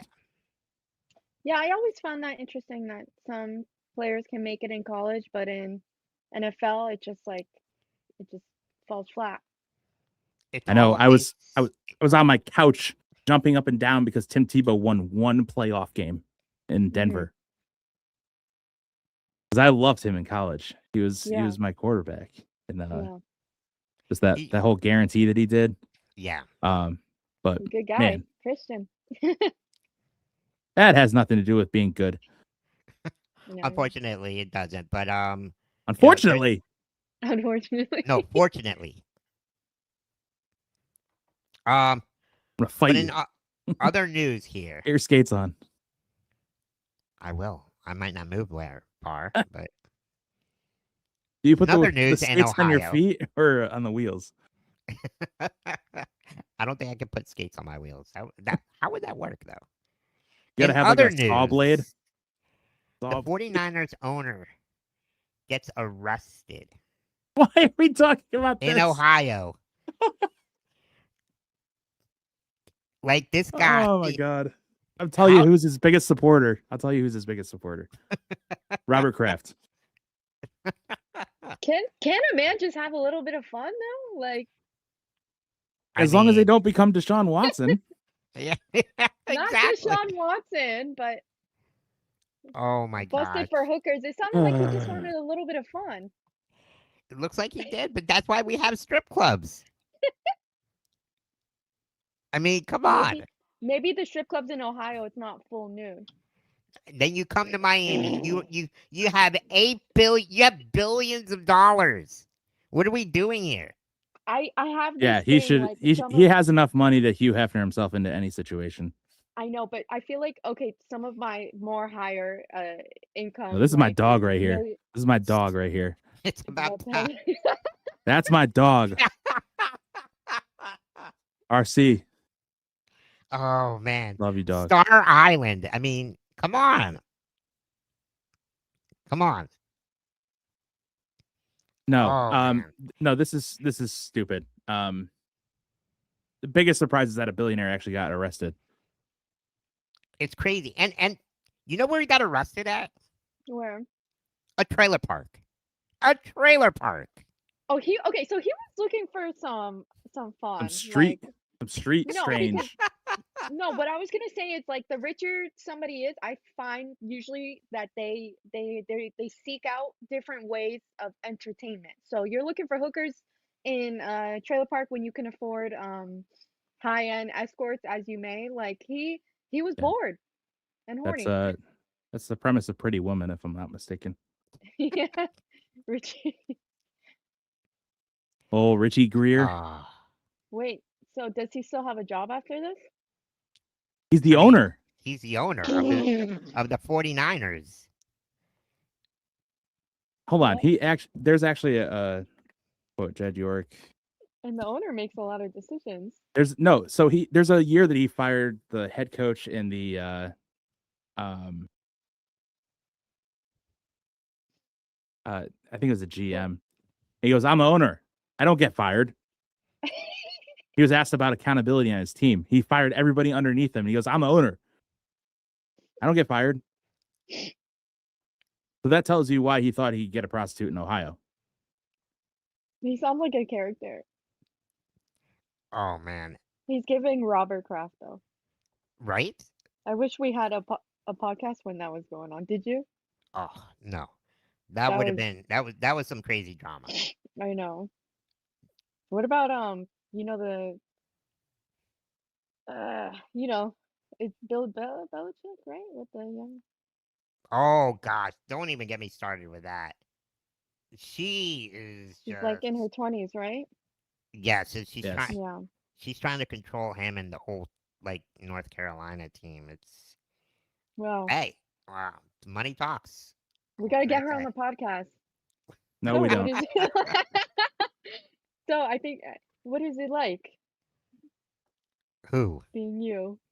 Us, the girl. Oh, asking her? Yeah. Oh, I'm sure she's like. She's I actually mean- very quiet though about everything. Like from what I've seen online, she moves in silence. I mean, people do the research on her investment properties, etc. But I've never heard her speak in a video. Well, she speaks a lot in the players' locker rooms and other places. So, Yeah. it's mind-boggling. But That's interesting. Does she really? yeah, Are you she making jokes? basically tells Bill Belichick what she wants, and he does it. That's putting it lightly. That could RC, I how's could see my that. volume? I think he said my volume was down, but I No, hope mine is no. better. No, I think mine's up too much. Oh, okay. But yeah, it's crazy. Let's see here. So again, Robert Kraft is gonna love this. He's nothing's gonna happen to this guy because Robert Kraft is no, yeah. birds of a feather. can't fire me. I'm the owner. Right. I don't get fired. That is So- interesting that he actually got arrested though. Yeah, it is. Yeah. And he's obviously gonna get away with it. So.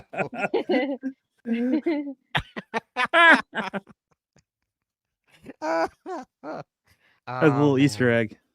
That would be funny to see, though. That would be funny. Yeah, just keep going. So, guys, Continue with your program. in other news, we got college football. It is known that college teams are starting to call back players that are playing on NFL teams. What are we doing here, guys? Oregon's coach sounds off on the players going back to college. You're a professional now. Once you declare for the draft, so Oh, it to used let to any be. of these players come back is fair or unfair to them. It's unfair to the sport, and I think it's unfair to the players that are currently on the teams for those guys to be coming back.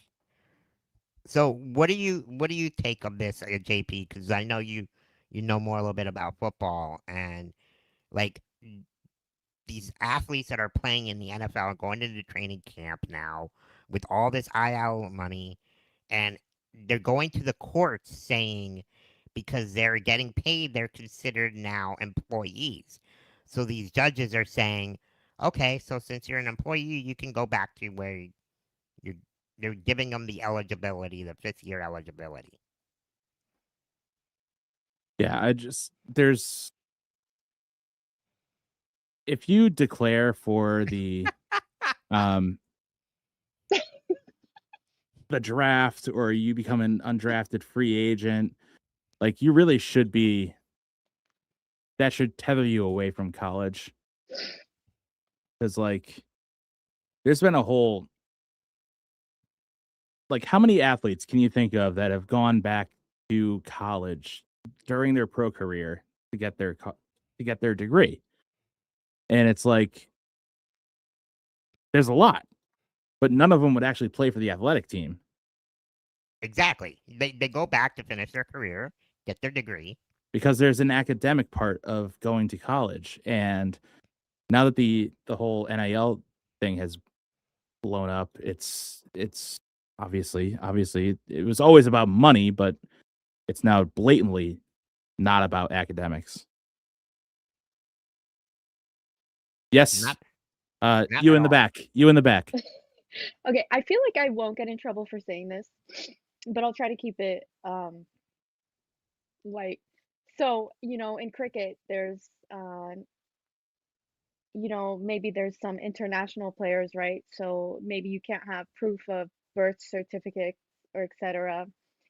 And, you know, to just kind of correlate a little bit, maybe some in the cricket world, there are some players that when they go to another country, they might fib a little bit about their age. And I'll just leave it at that because I don't want to get Oh, in we see trouble. that I in don't baseball know. too. But yeah. We see that in Yeah, it baseball. happens in baseball. Little League World Series. Now that it's happening now, there's been controversies of that. Yeah. But as far as like this all has to do with the NIL situation. Like ever since like colleges are starting to make money off of the athletes and paying the athletes, like it's It's so opened a whole different. can of worms Mhm. of like making it more of a business side. And I'm all for paying the athletes, like because Yeah. I think that they're you know using their names and stuff, but it's gotten so out of control that it's like, when are we going to start putting boundaries on what these players can do?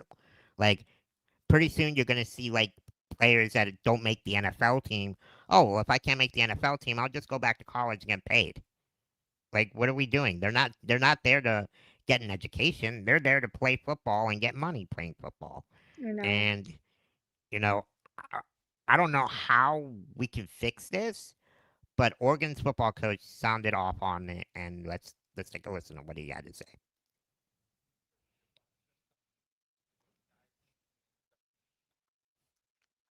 This.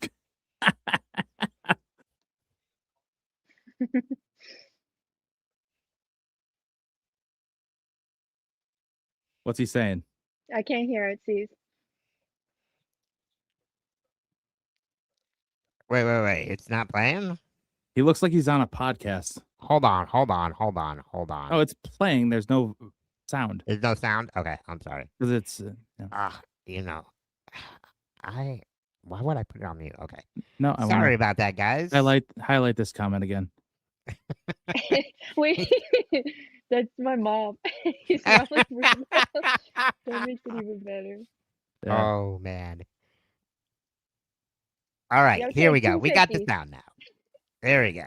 Your thoughts just on guys coming from the NFL back to college? I know you guys aren't really interested in the 5-for-5, but just the state of college athletics right now from every sport just seems like who's eligible. You don't really know. What's your feelings on that? Yeah, I mean, I think there's a lot of negatives that are involved around this. One, once you go to the NFL, to me, you're in the NFL. You don't get the opportunity to come back. Two, most of us have built our rosters, and you have a limited roster limit now. So if you invited somebody back to your team, that means you're kicking somebody else off your team, right, to match your roster limits. I don't think that's fair to the players that worked all summer, all spring, and put themselves in position to be ready to work for a team. To have somebody come back. But ultimately, it used to be once you had an agent or once you went and did the combine or once you went to all those things qualified as you are no longer an amateur, you're a professional now once you declared for the draft. So to let any of those players come back, fair or unfair to them, it's unfair to the sport. And I think it's unfair to the players that are on current teams, for those guys to be coming back. And this is a big deal because LSU is Lane Kiffin over there. He's over there coaching LSU. Get that man off my screen. And he called the Browns head coach and asked about that player. And he's like, and I believe he was quoted saying, I was wondering why Lane Kiffin called me about him. And now after hearing the news, maybe I should have returned his call. So, like, what do you think is... Do you agree with the Oregon's coach?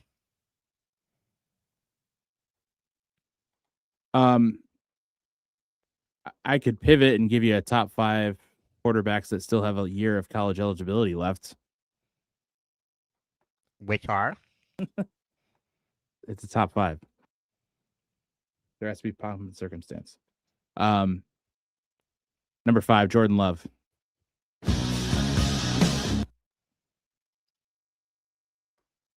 Enough said, right? Yeah. Redshirt junior year. Number 4, Trevor Lawrence. And then number 3, Lamar Jackson. Number 2 would be Joe Burrow. Well, actually, let's go. I'm going to put Joe Burrow outside of the top. Josh Allen had a redshirt junior year. And number 1, Patrick Mahomes. They could all legitimately go back to college if they wanted to. Could you imagine? No. I mean, No, I couldn't. that should does It's this a mean can of worms that should not be opened. Because it's what? crazy. So Patrick Mahomes retires at 38. He's still towards the tail end of his prime or whatever. You think he just goes back to Texas Tech? At 39, he might be pretty damn good. I don't know. I think oh, my video is kind of lagging a little bit. I think as the Oregon coach mentioned that it kind of messes up the flow for the players coming in that Yeah, that the are freshmen. the The younger. freshmen Yeah, coming in there, right? They're it working. messes up with the cycle of I'm gonna put Joe Burrow outside the top. Josh Allen had a redshirt junior year. I hear your And voice, number 1, JP. Patrick Mahomes. What happened? I don't know. I hear your voice. I'm fine. Okay. And this is the Browns head coach talking about it, and it was kind of funny that he said How you've been handling the Daquan Wright situation just seems weird, right? It seems like he's in the college transfer portal again, practice, but then I saw him warming up after the rain delay today. Man, it's crazy. I mean, I don't even know what to say. I mean, as far as I know, he's had a medical issue that wasn't allowing him to practice. That's a medical, issue. It's nothing to do with me, and then, and then he was cleared. So we dressed him just in case we had to have him. But when you don't rep, it's hard to put him on the field. JT was out there, so we didn't want to get Blake hurt. And he's only been with us a week. And we had a number of things where Browns hurt Browns, and which to the naked eye you won't see. But we had a number of things that way when you're putting in guys that haven't really been there. And some of that's true, and some of it, isn't good enough from us as coaches once they go out there. But I mean, I don't know what to say. I mean, I wondered why Lane Kiffin reached out a week ago. Now I know. I mean, shit, I didn't know. Now I know. I didn't call him back. Now I guess I should have. I only went to school for 3 years. So does this mean I can go back and if I played football? Does this mean anybody? Like, what are the NCAA gonna do about this? We'd like to get our. They're gonna do nothing, by the way. I want to give you a little spoiler there. They're not gonna do anything. Talking about the Giants, I think. You don't want that up there. Oh, okay. You don't want it up there. Eligibility. I want this. I want this. Oh, well, we'll get into that this Wednesday on our new show coming up. I wanted to tell everybody we'll have a new football show every Wednesday. The Wednesday. RC, don't think too hard when I talk. Just don't think too hard when I talk. Just leave it at that. So eligibility is based on the fixed 5 years from initial enrollment. None of these quarterbacks listed can go back to college. Okay. Have some fun with it, man. And don't think about it when I'm talking. It's not my role here. It's not my role. So, I mean, they can't go back, but still, I just think it opens up a whole can of worms. he did clear waivers, and it looks like he's going to go back to LSU. And that's just one of 15 players that are doing it. So I don't know what's going to happen in the near future, but yeah, I don't like it. I personally don't like it at all. There's a lot about college that has been lost, and a lot of it has to do with the fact that it's no longer amateur. And again, I'm It's all not for minor paying the leagues. players. And I'm all for paying the players, but at the same time, it's like we got to have a limit to what these guys can do and stuff. So, but shouts out to the agents that are finding these loopholes in these states that are allowing these kids to go back. So, it's crazy. One less year for it buys them a year before they become real estate agents. All right, so That's all. and all the news, I want to get into the feel good story of this week. Dallas Cowboys had Woof. I thought you said feel good. it's a feel good. Like being biased here, I'm biased here, JP. Even though it's the Cowboys, I think you're gonna like this. What happened? Just playing the video. Let me play the video for you. Here we go. All right.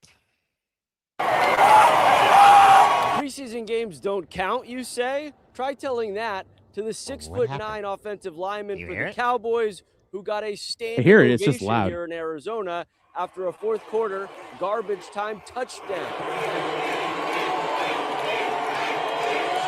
His name is Shiaz Pete.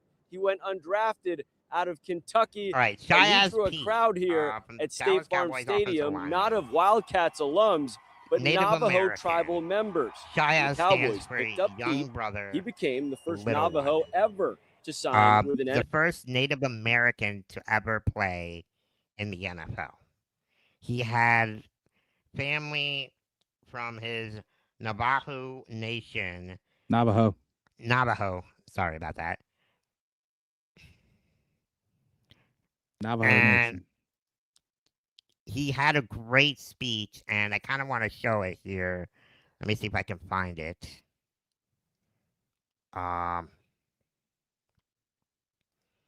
But what do you think of? Is this shocking that he's like the first one to being in the NFL to ever play?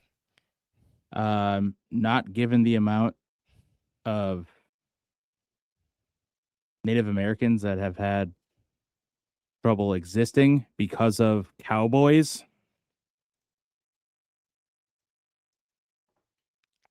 Is the irony lost on anybody that the first Navajo in the NFL is on the Cowboys that conquered the frontier that these people lived on? What are we doing? I guess now that you say that, I mean, you can be a hater. At least he's it's not a okay. commander. I mean, that would have been worse. But Jerry Jones did fly out his family and a whole bunch of Navajo people and gave him free tickets. And I'm just like, the speech he made was so incredible. Let me turn the volume down here so that way we don't get it as loud. Well, the Navajo are already in Arizona. Yeah. Arizona, he New did- Mexico, and Utah. Yeah. Jerry Jones paid tickets for a lot of the his family and friends to go to the game. And here is a little bit of the preview of Pete. But I saw something I've never seen before. 25 years in the NFL. An entire section cheering for one man. And that man's gonna play nothing out.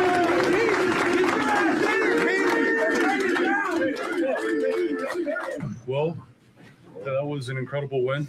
I am very fortunate to be amongst you and to play in the same field where the same star hold it on our chest. And I'm proud of us. I'm proud of how far we've come.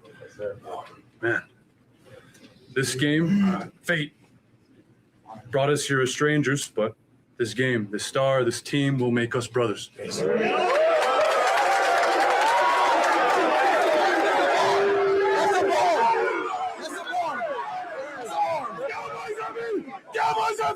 One, two, three, Okay. That was awesome. Hang on. You don't have to be a Cowboy fan to be pumped. Hang up on. for that. Hang on.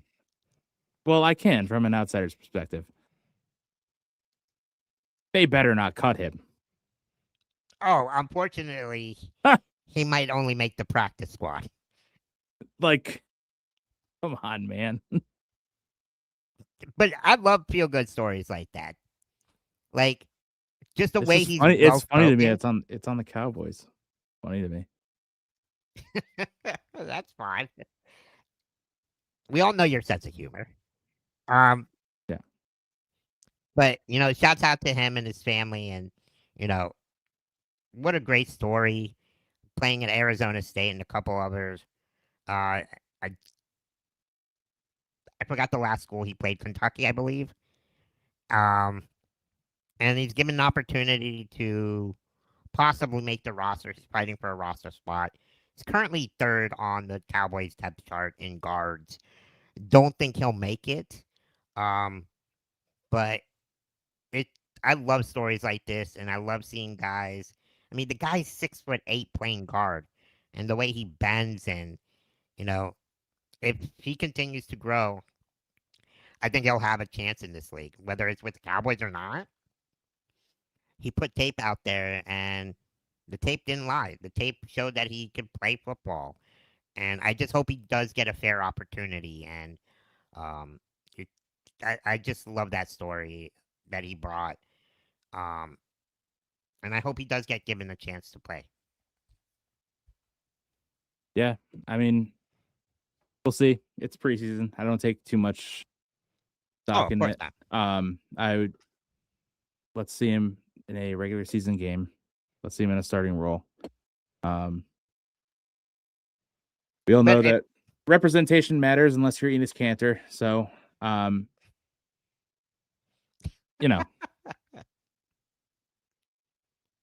it's a good story, but it's on the Cowboys, so I just can't help but laugh about it. It's okay. I know, Cowboy Indians. It is pretty funny now that you say that. But in other news, and I think this one, I think you and I can both agree on. In other news, Where's Alexis? she says, "Good evening." Your She's in our video chat. off? I think she. There she is. I think. Oh, Maybe. no, there. Oh, Video's off. Maybe she got a fillet of fish. maybe that's why she probably went to McDonald's before us, without us.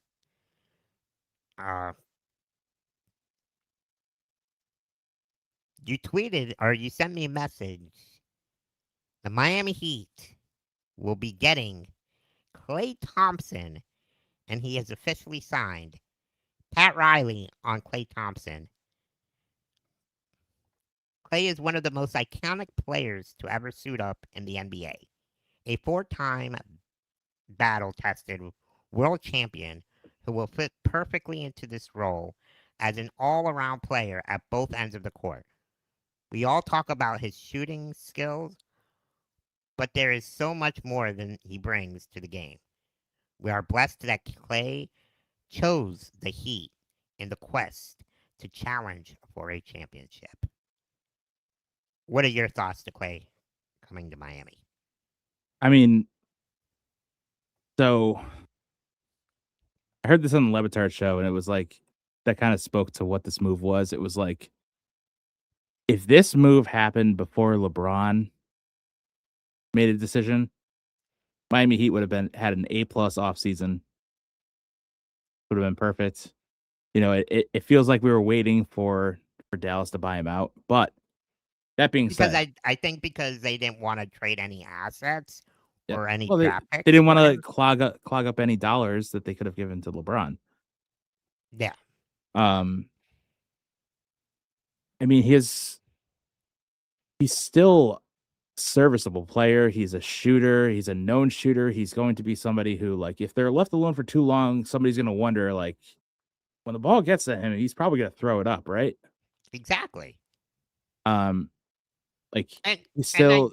and I kind of made the comparison to, like, and I'm not comparing him to Ray Allen, because Ray Allen's a different player, right, at that age. But I feel like, oh, there's Alexis. You're back. How's the fillet of fish? No, it's good. My camera, my new camera, it disconnected itself and I don't know. It's okay. Thanks for keeping the chat busy. Oh, so then I watched you guys on YouTube. But Big fan. First time, long time. Thank you. But yeah, I love this move, and I see this as a another puzzle piece to the puzzle that we need. I kind of attributed it to when Miami Heat signed Ray Allen. I mean, Ray Allen wasn't Ray Allen that he was when he played with Boston and the Sonics, right? And Ray Allen was thought to come off the bench and put up threes and put up the offense. What is this team missing? Shooters. What was Klay Thompson's 3-point percentage last year? 38%. The guy Not can still terrible. shoot, guys. We're not asking him to play defense. We're not asking him to put. That was off the bench too. Exactly. He's probably going to get what, 20 minutes or less on this team. He had 21 minutes last year. So Almost we're not 22. asking him to be on the starting role. He's coming off the bench, and he's going to provide offense that this team kind of needs right now. We're paying him like a bench player, considering how much money he had to give back to Dallas. Yes, he gave $10 million. $10 million back to Dallas. And we signed him for what? 13 for 2 years. 11.5, 2 years. That's Yeah, a so win. That's in his mind, he is expecting to be a bench player. Yes. That leaves $5 million to go sign 2 other players that you need at a minimum.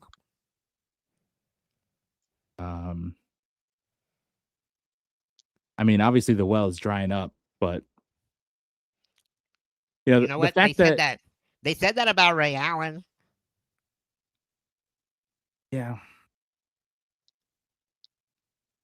I mean, I just think that this is just another piece, like I said, to the puzzle. We don't need him to be the Klay of the Bash Brothers. We just need him to be decent enough, right? Can he be Splash. Can he be? Who did we have? Who plays for Cleveland right now?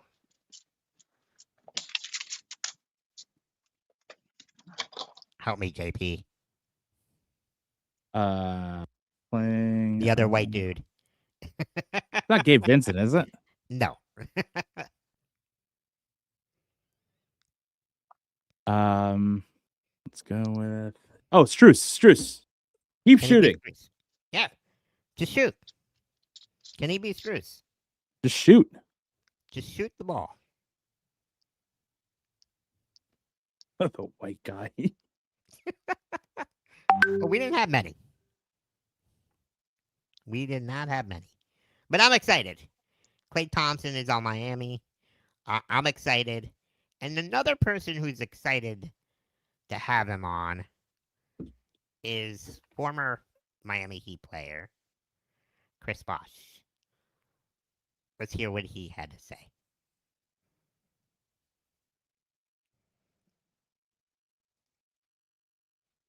Klay Thompson to the Miami Heat is a great move. I think it's beneficial for both sides. One, especially for Klay Thompson, he wants to compete. He said it, he wants to compete.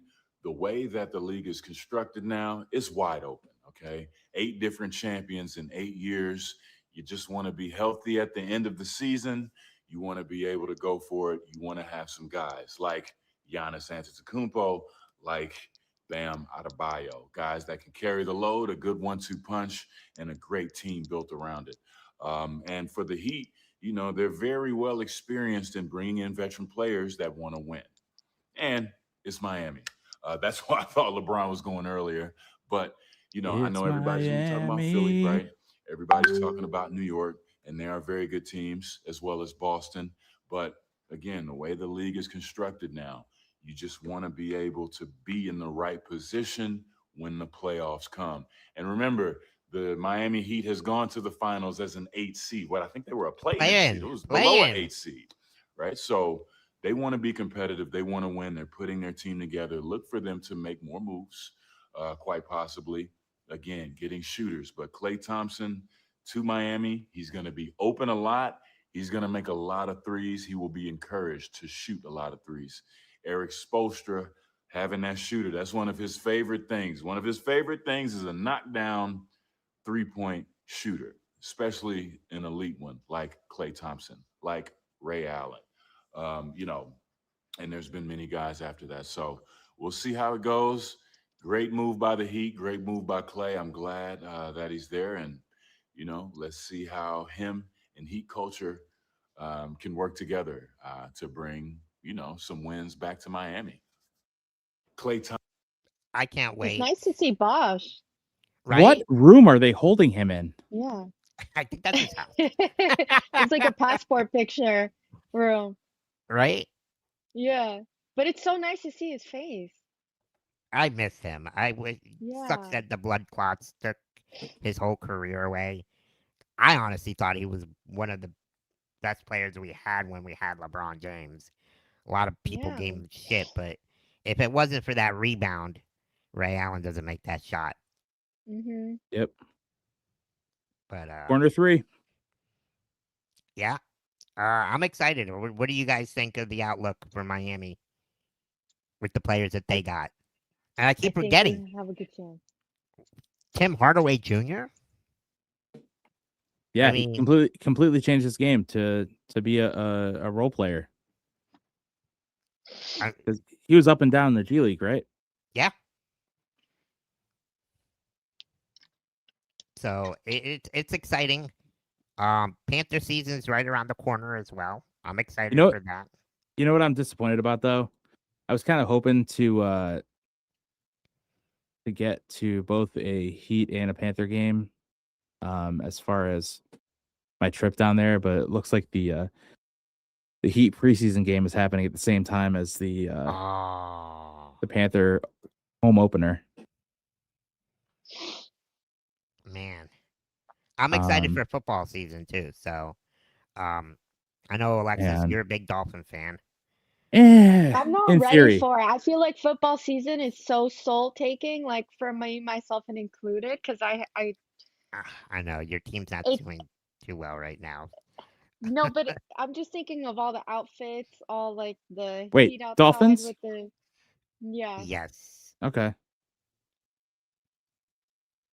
I'm ready for it. All right. Well, I don't want to say any more. Just do your Tell us, thing. hey, tell us about your guys' show on Wednesday. Give us a little bit. Yeah, so we're gonna give us go the view, inside the yeah. NFL. We're basically gonna do different takes. We're gonna talk NFL about the league. Me, a couple of guys from the Cats and Rats podcast. Hugo's gonna be in it. JP's got his little segment here. Don't call it a little segment and don't say anything about it. A little It'll be a surprise. I will tell the I'll tell the title of the segment real quick. So I'm busy on Wednesdays. I host an open mic in Connecticut up here. And Will you be singing on that show? no, God no. Different job. Different job. So I'm gonna pop outside. I'm gonna dive bomb Sing that into national anthem. see what's happening. But I'm gonna give my exciting player of the week. By week 4, you should notice the theme, and then the jig is up. That's all. It'll be fun. I like that. It'll be Don't fun. Every Wednesdays, guys. don't take anything I say seriously. Wednesday at what time? 6:30 p.m. Eastern time. 6:30 p.m. Eastern time. Um, Well, I'm looking forward to learning more about football from y'all on you Wednesday. definitely will learn a lot. There will be some Yeah. some You will not crazy learn takes. anything from me. Yeah, the Yes, player of the you week. will.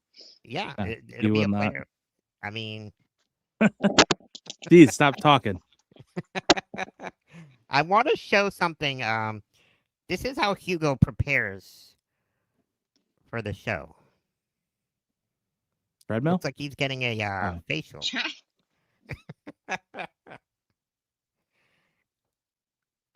I hope he comes all ready. So Phrasing. every Wednesday, Die Hard, it's gonna be our football show. Cody's gonna be in it. Ryan, Kirby. RC ready for some nachos. It does look like he has some cheese on his face, right?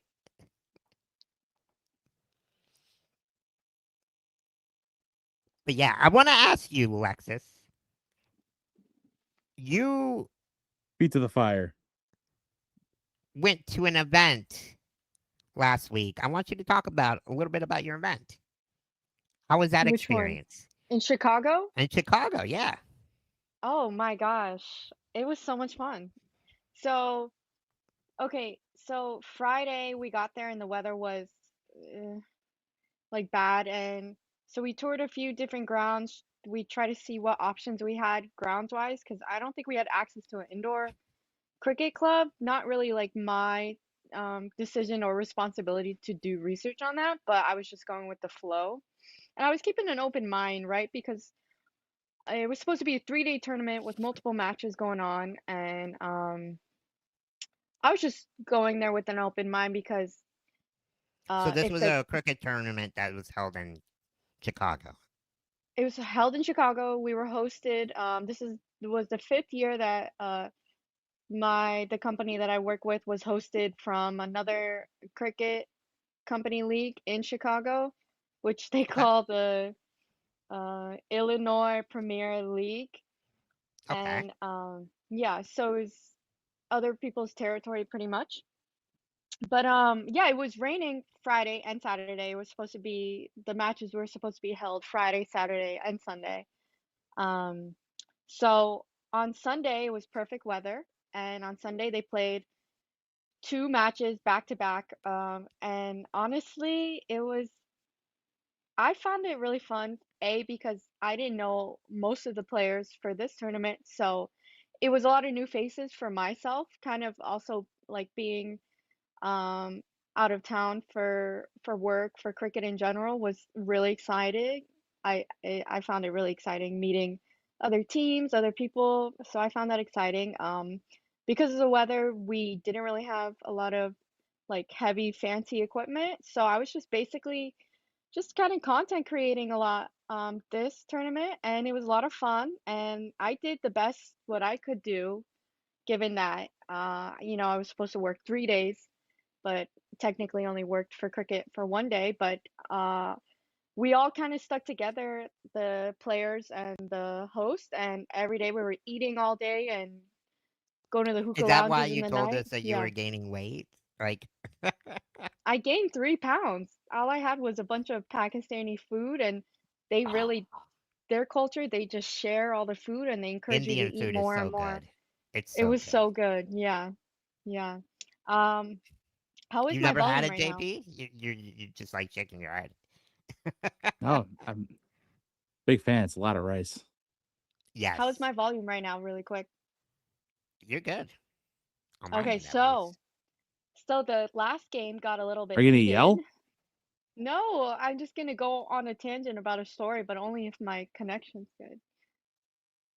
You're fine. You're fine. Okay. You're good. So the last match, I wasn't even paying attention at this moment. I was like editing something on my phone, and all of a sudden I just hear all the players yelling at each other. And this is like the last 20 runs of the game, and I'm not even going to lie. Like the team that I was there with, which was Team USA, they were technically losing, right?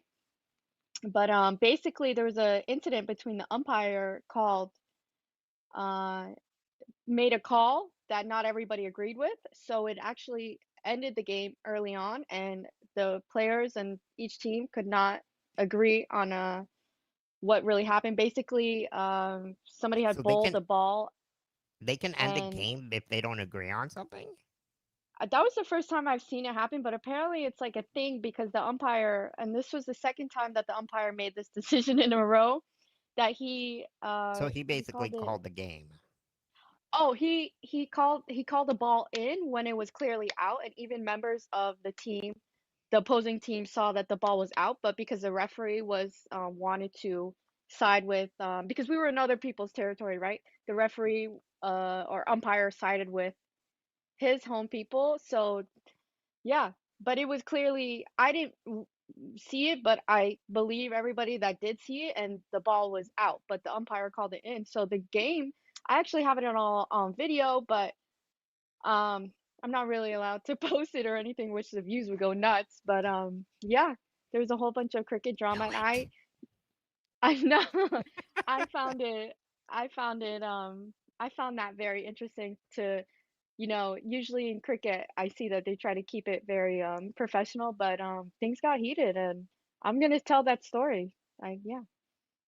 It's like the reverse of what happened to the Marlins last week against the Phillies. Well, and then Oh, yes.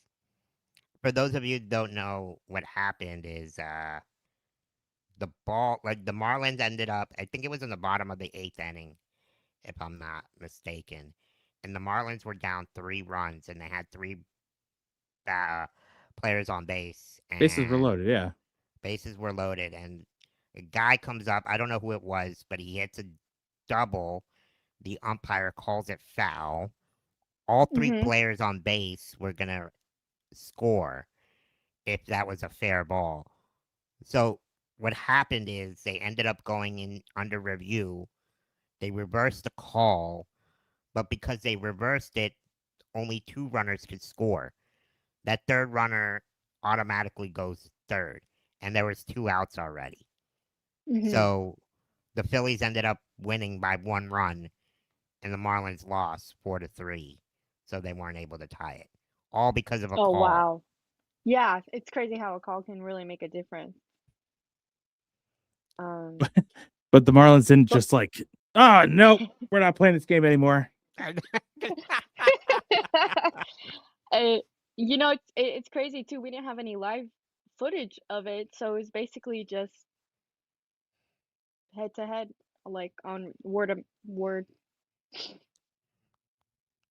Wow. So they Yeah. didn't finish the game. Match, pitch, whatever they call it. Did they not finish Match. it, Alexis? They didn't finish the match, and then the other team, the one that hosted us, kind of unofficially crowned themselves as the winner.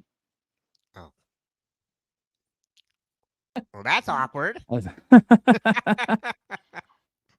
It was I found it exciting, honestly. Like after cricket can last for hours, so I was like, wait, what's going on? Like I did not expect that to happen, and the Real colonist mindset, those winners.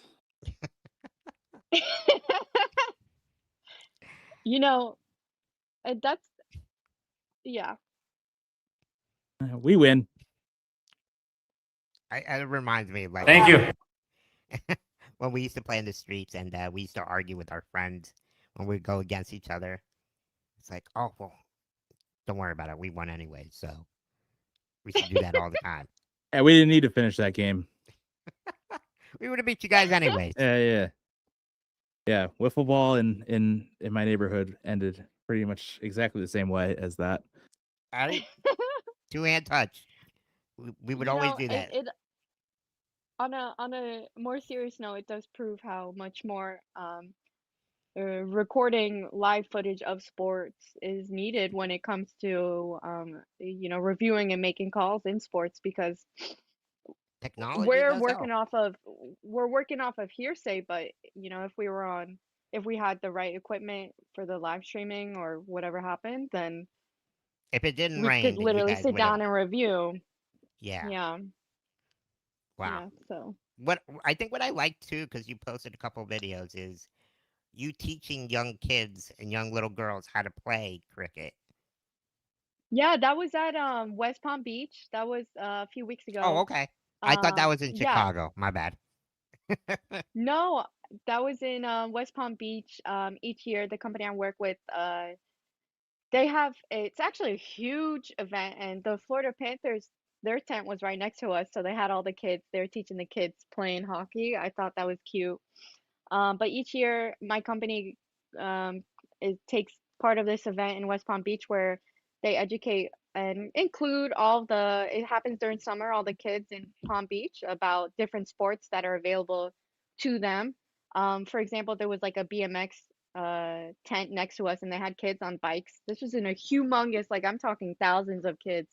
And our cricket one was a success. I have some videos of kids hitting the bat and the balls are going like all across the stadium. It was almost a little bit dangerous and it was nice. And that's kind of like the main goal of the company I work for is to just make cricket bigger in South Florida. Yeah.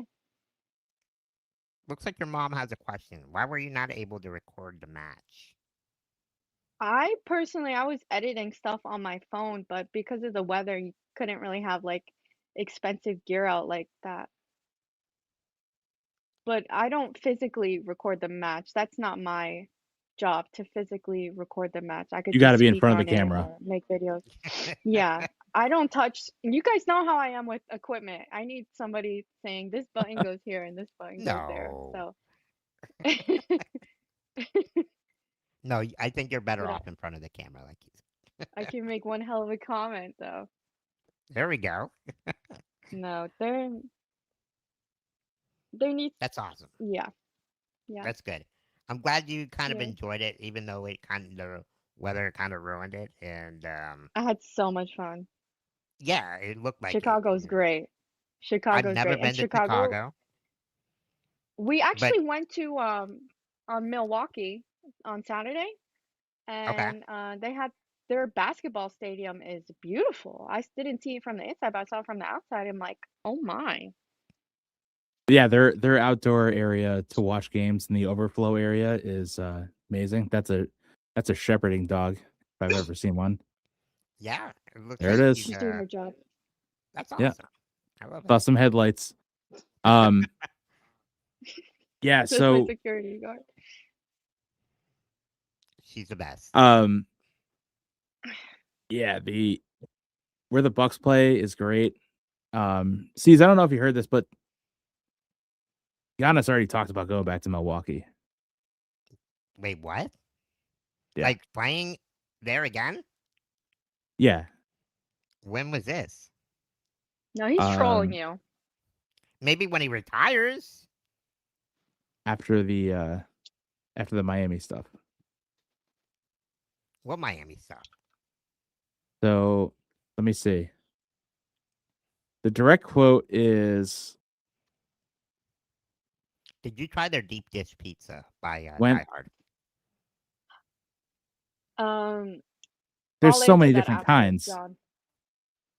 There's so many Diehard different kinds. Panthers fan, hi. Which, by the way, thank you for always supporting BigCeaz Show. You're always loyal and always He's watching. awesome. So shout No, no, out he was diehard Panthers fan. he's always on the Panthers podcast, and then he jumps on ours. Yeah, So he is yeah. like our Thank number you. one fan. He's awesome. But yeah, did you Yeah. have any deep dish pizza while you were up there? Where'd you I'm go? gonna, Tell me. Where'd you go?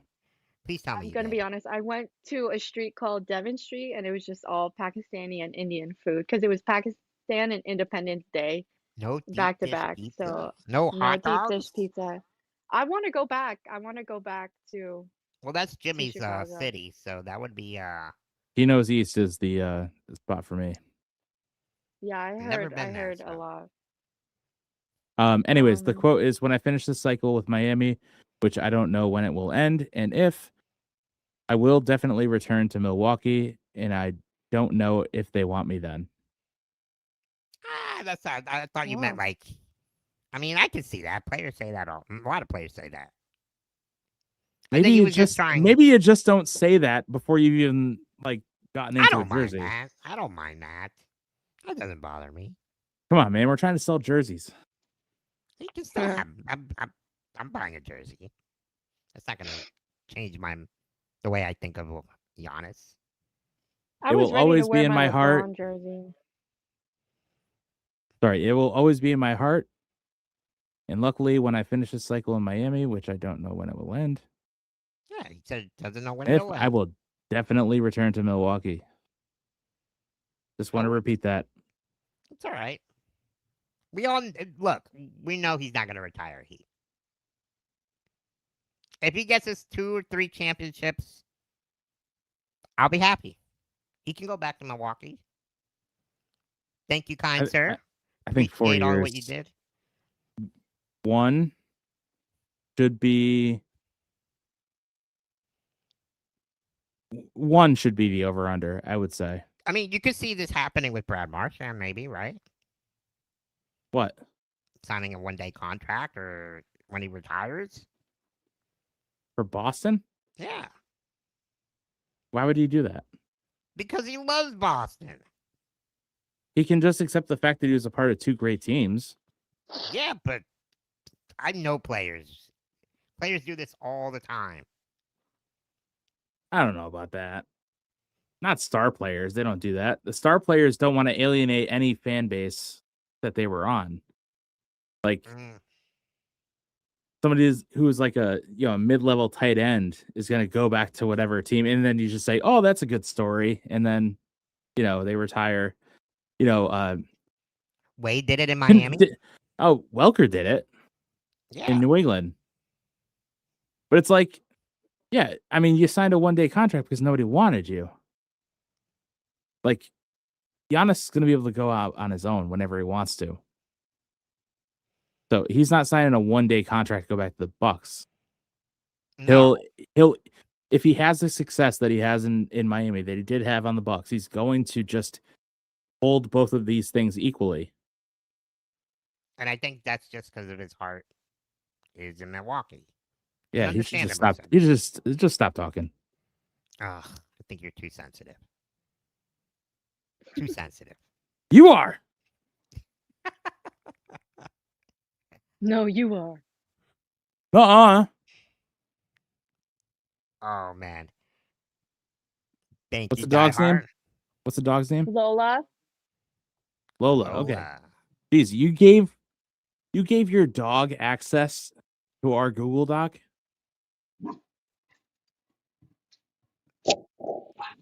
Wait, I gave access or Alexis gave access? The dog has access to the Google Doc. I don't know. Maybe. Does she? I'll give her access. I saw the email that I shared. Oh, my email. That's my mom. I'm sorry. At least it's towards the end of the show. Oh man. Well, let's end it here, ladies and gentlemen. Thank you, chat, for tuning in, and appreciate you guys. Big week this week. Don't forget to like and subscribe to the BigCeaz Show or Rolling with BigCeaz football show coming this Wednesday. Really excited. We got some Football cool show is called topics. the Wednesday Playbook. The Wednesday Playbook. Thank you, JP. That's a good name. I like that name. Right? It was kind of hard trying to find something that nobody else had. So, Yeah. so be excited. Next week, we'll be back on, working on a few people. I'll let you know. But we don't need to if it doesn't happen. Nope. We'll be here ourselves. Warts and all. On behalf of BigCeaz, thank you, JP. Thank you, Alexis. It's good to have you back on. I know. I'm happy. Thank you for having me. Thank you to Brandon. Shouts out to him. Can't wait to see his fight.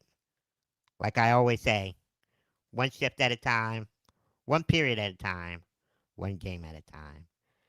Let's go.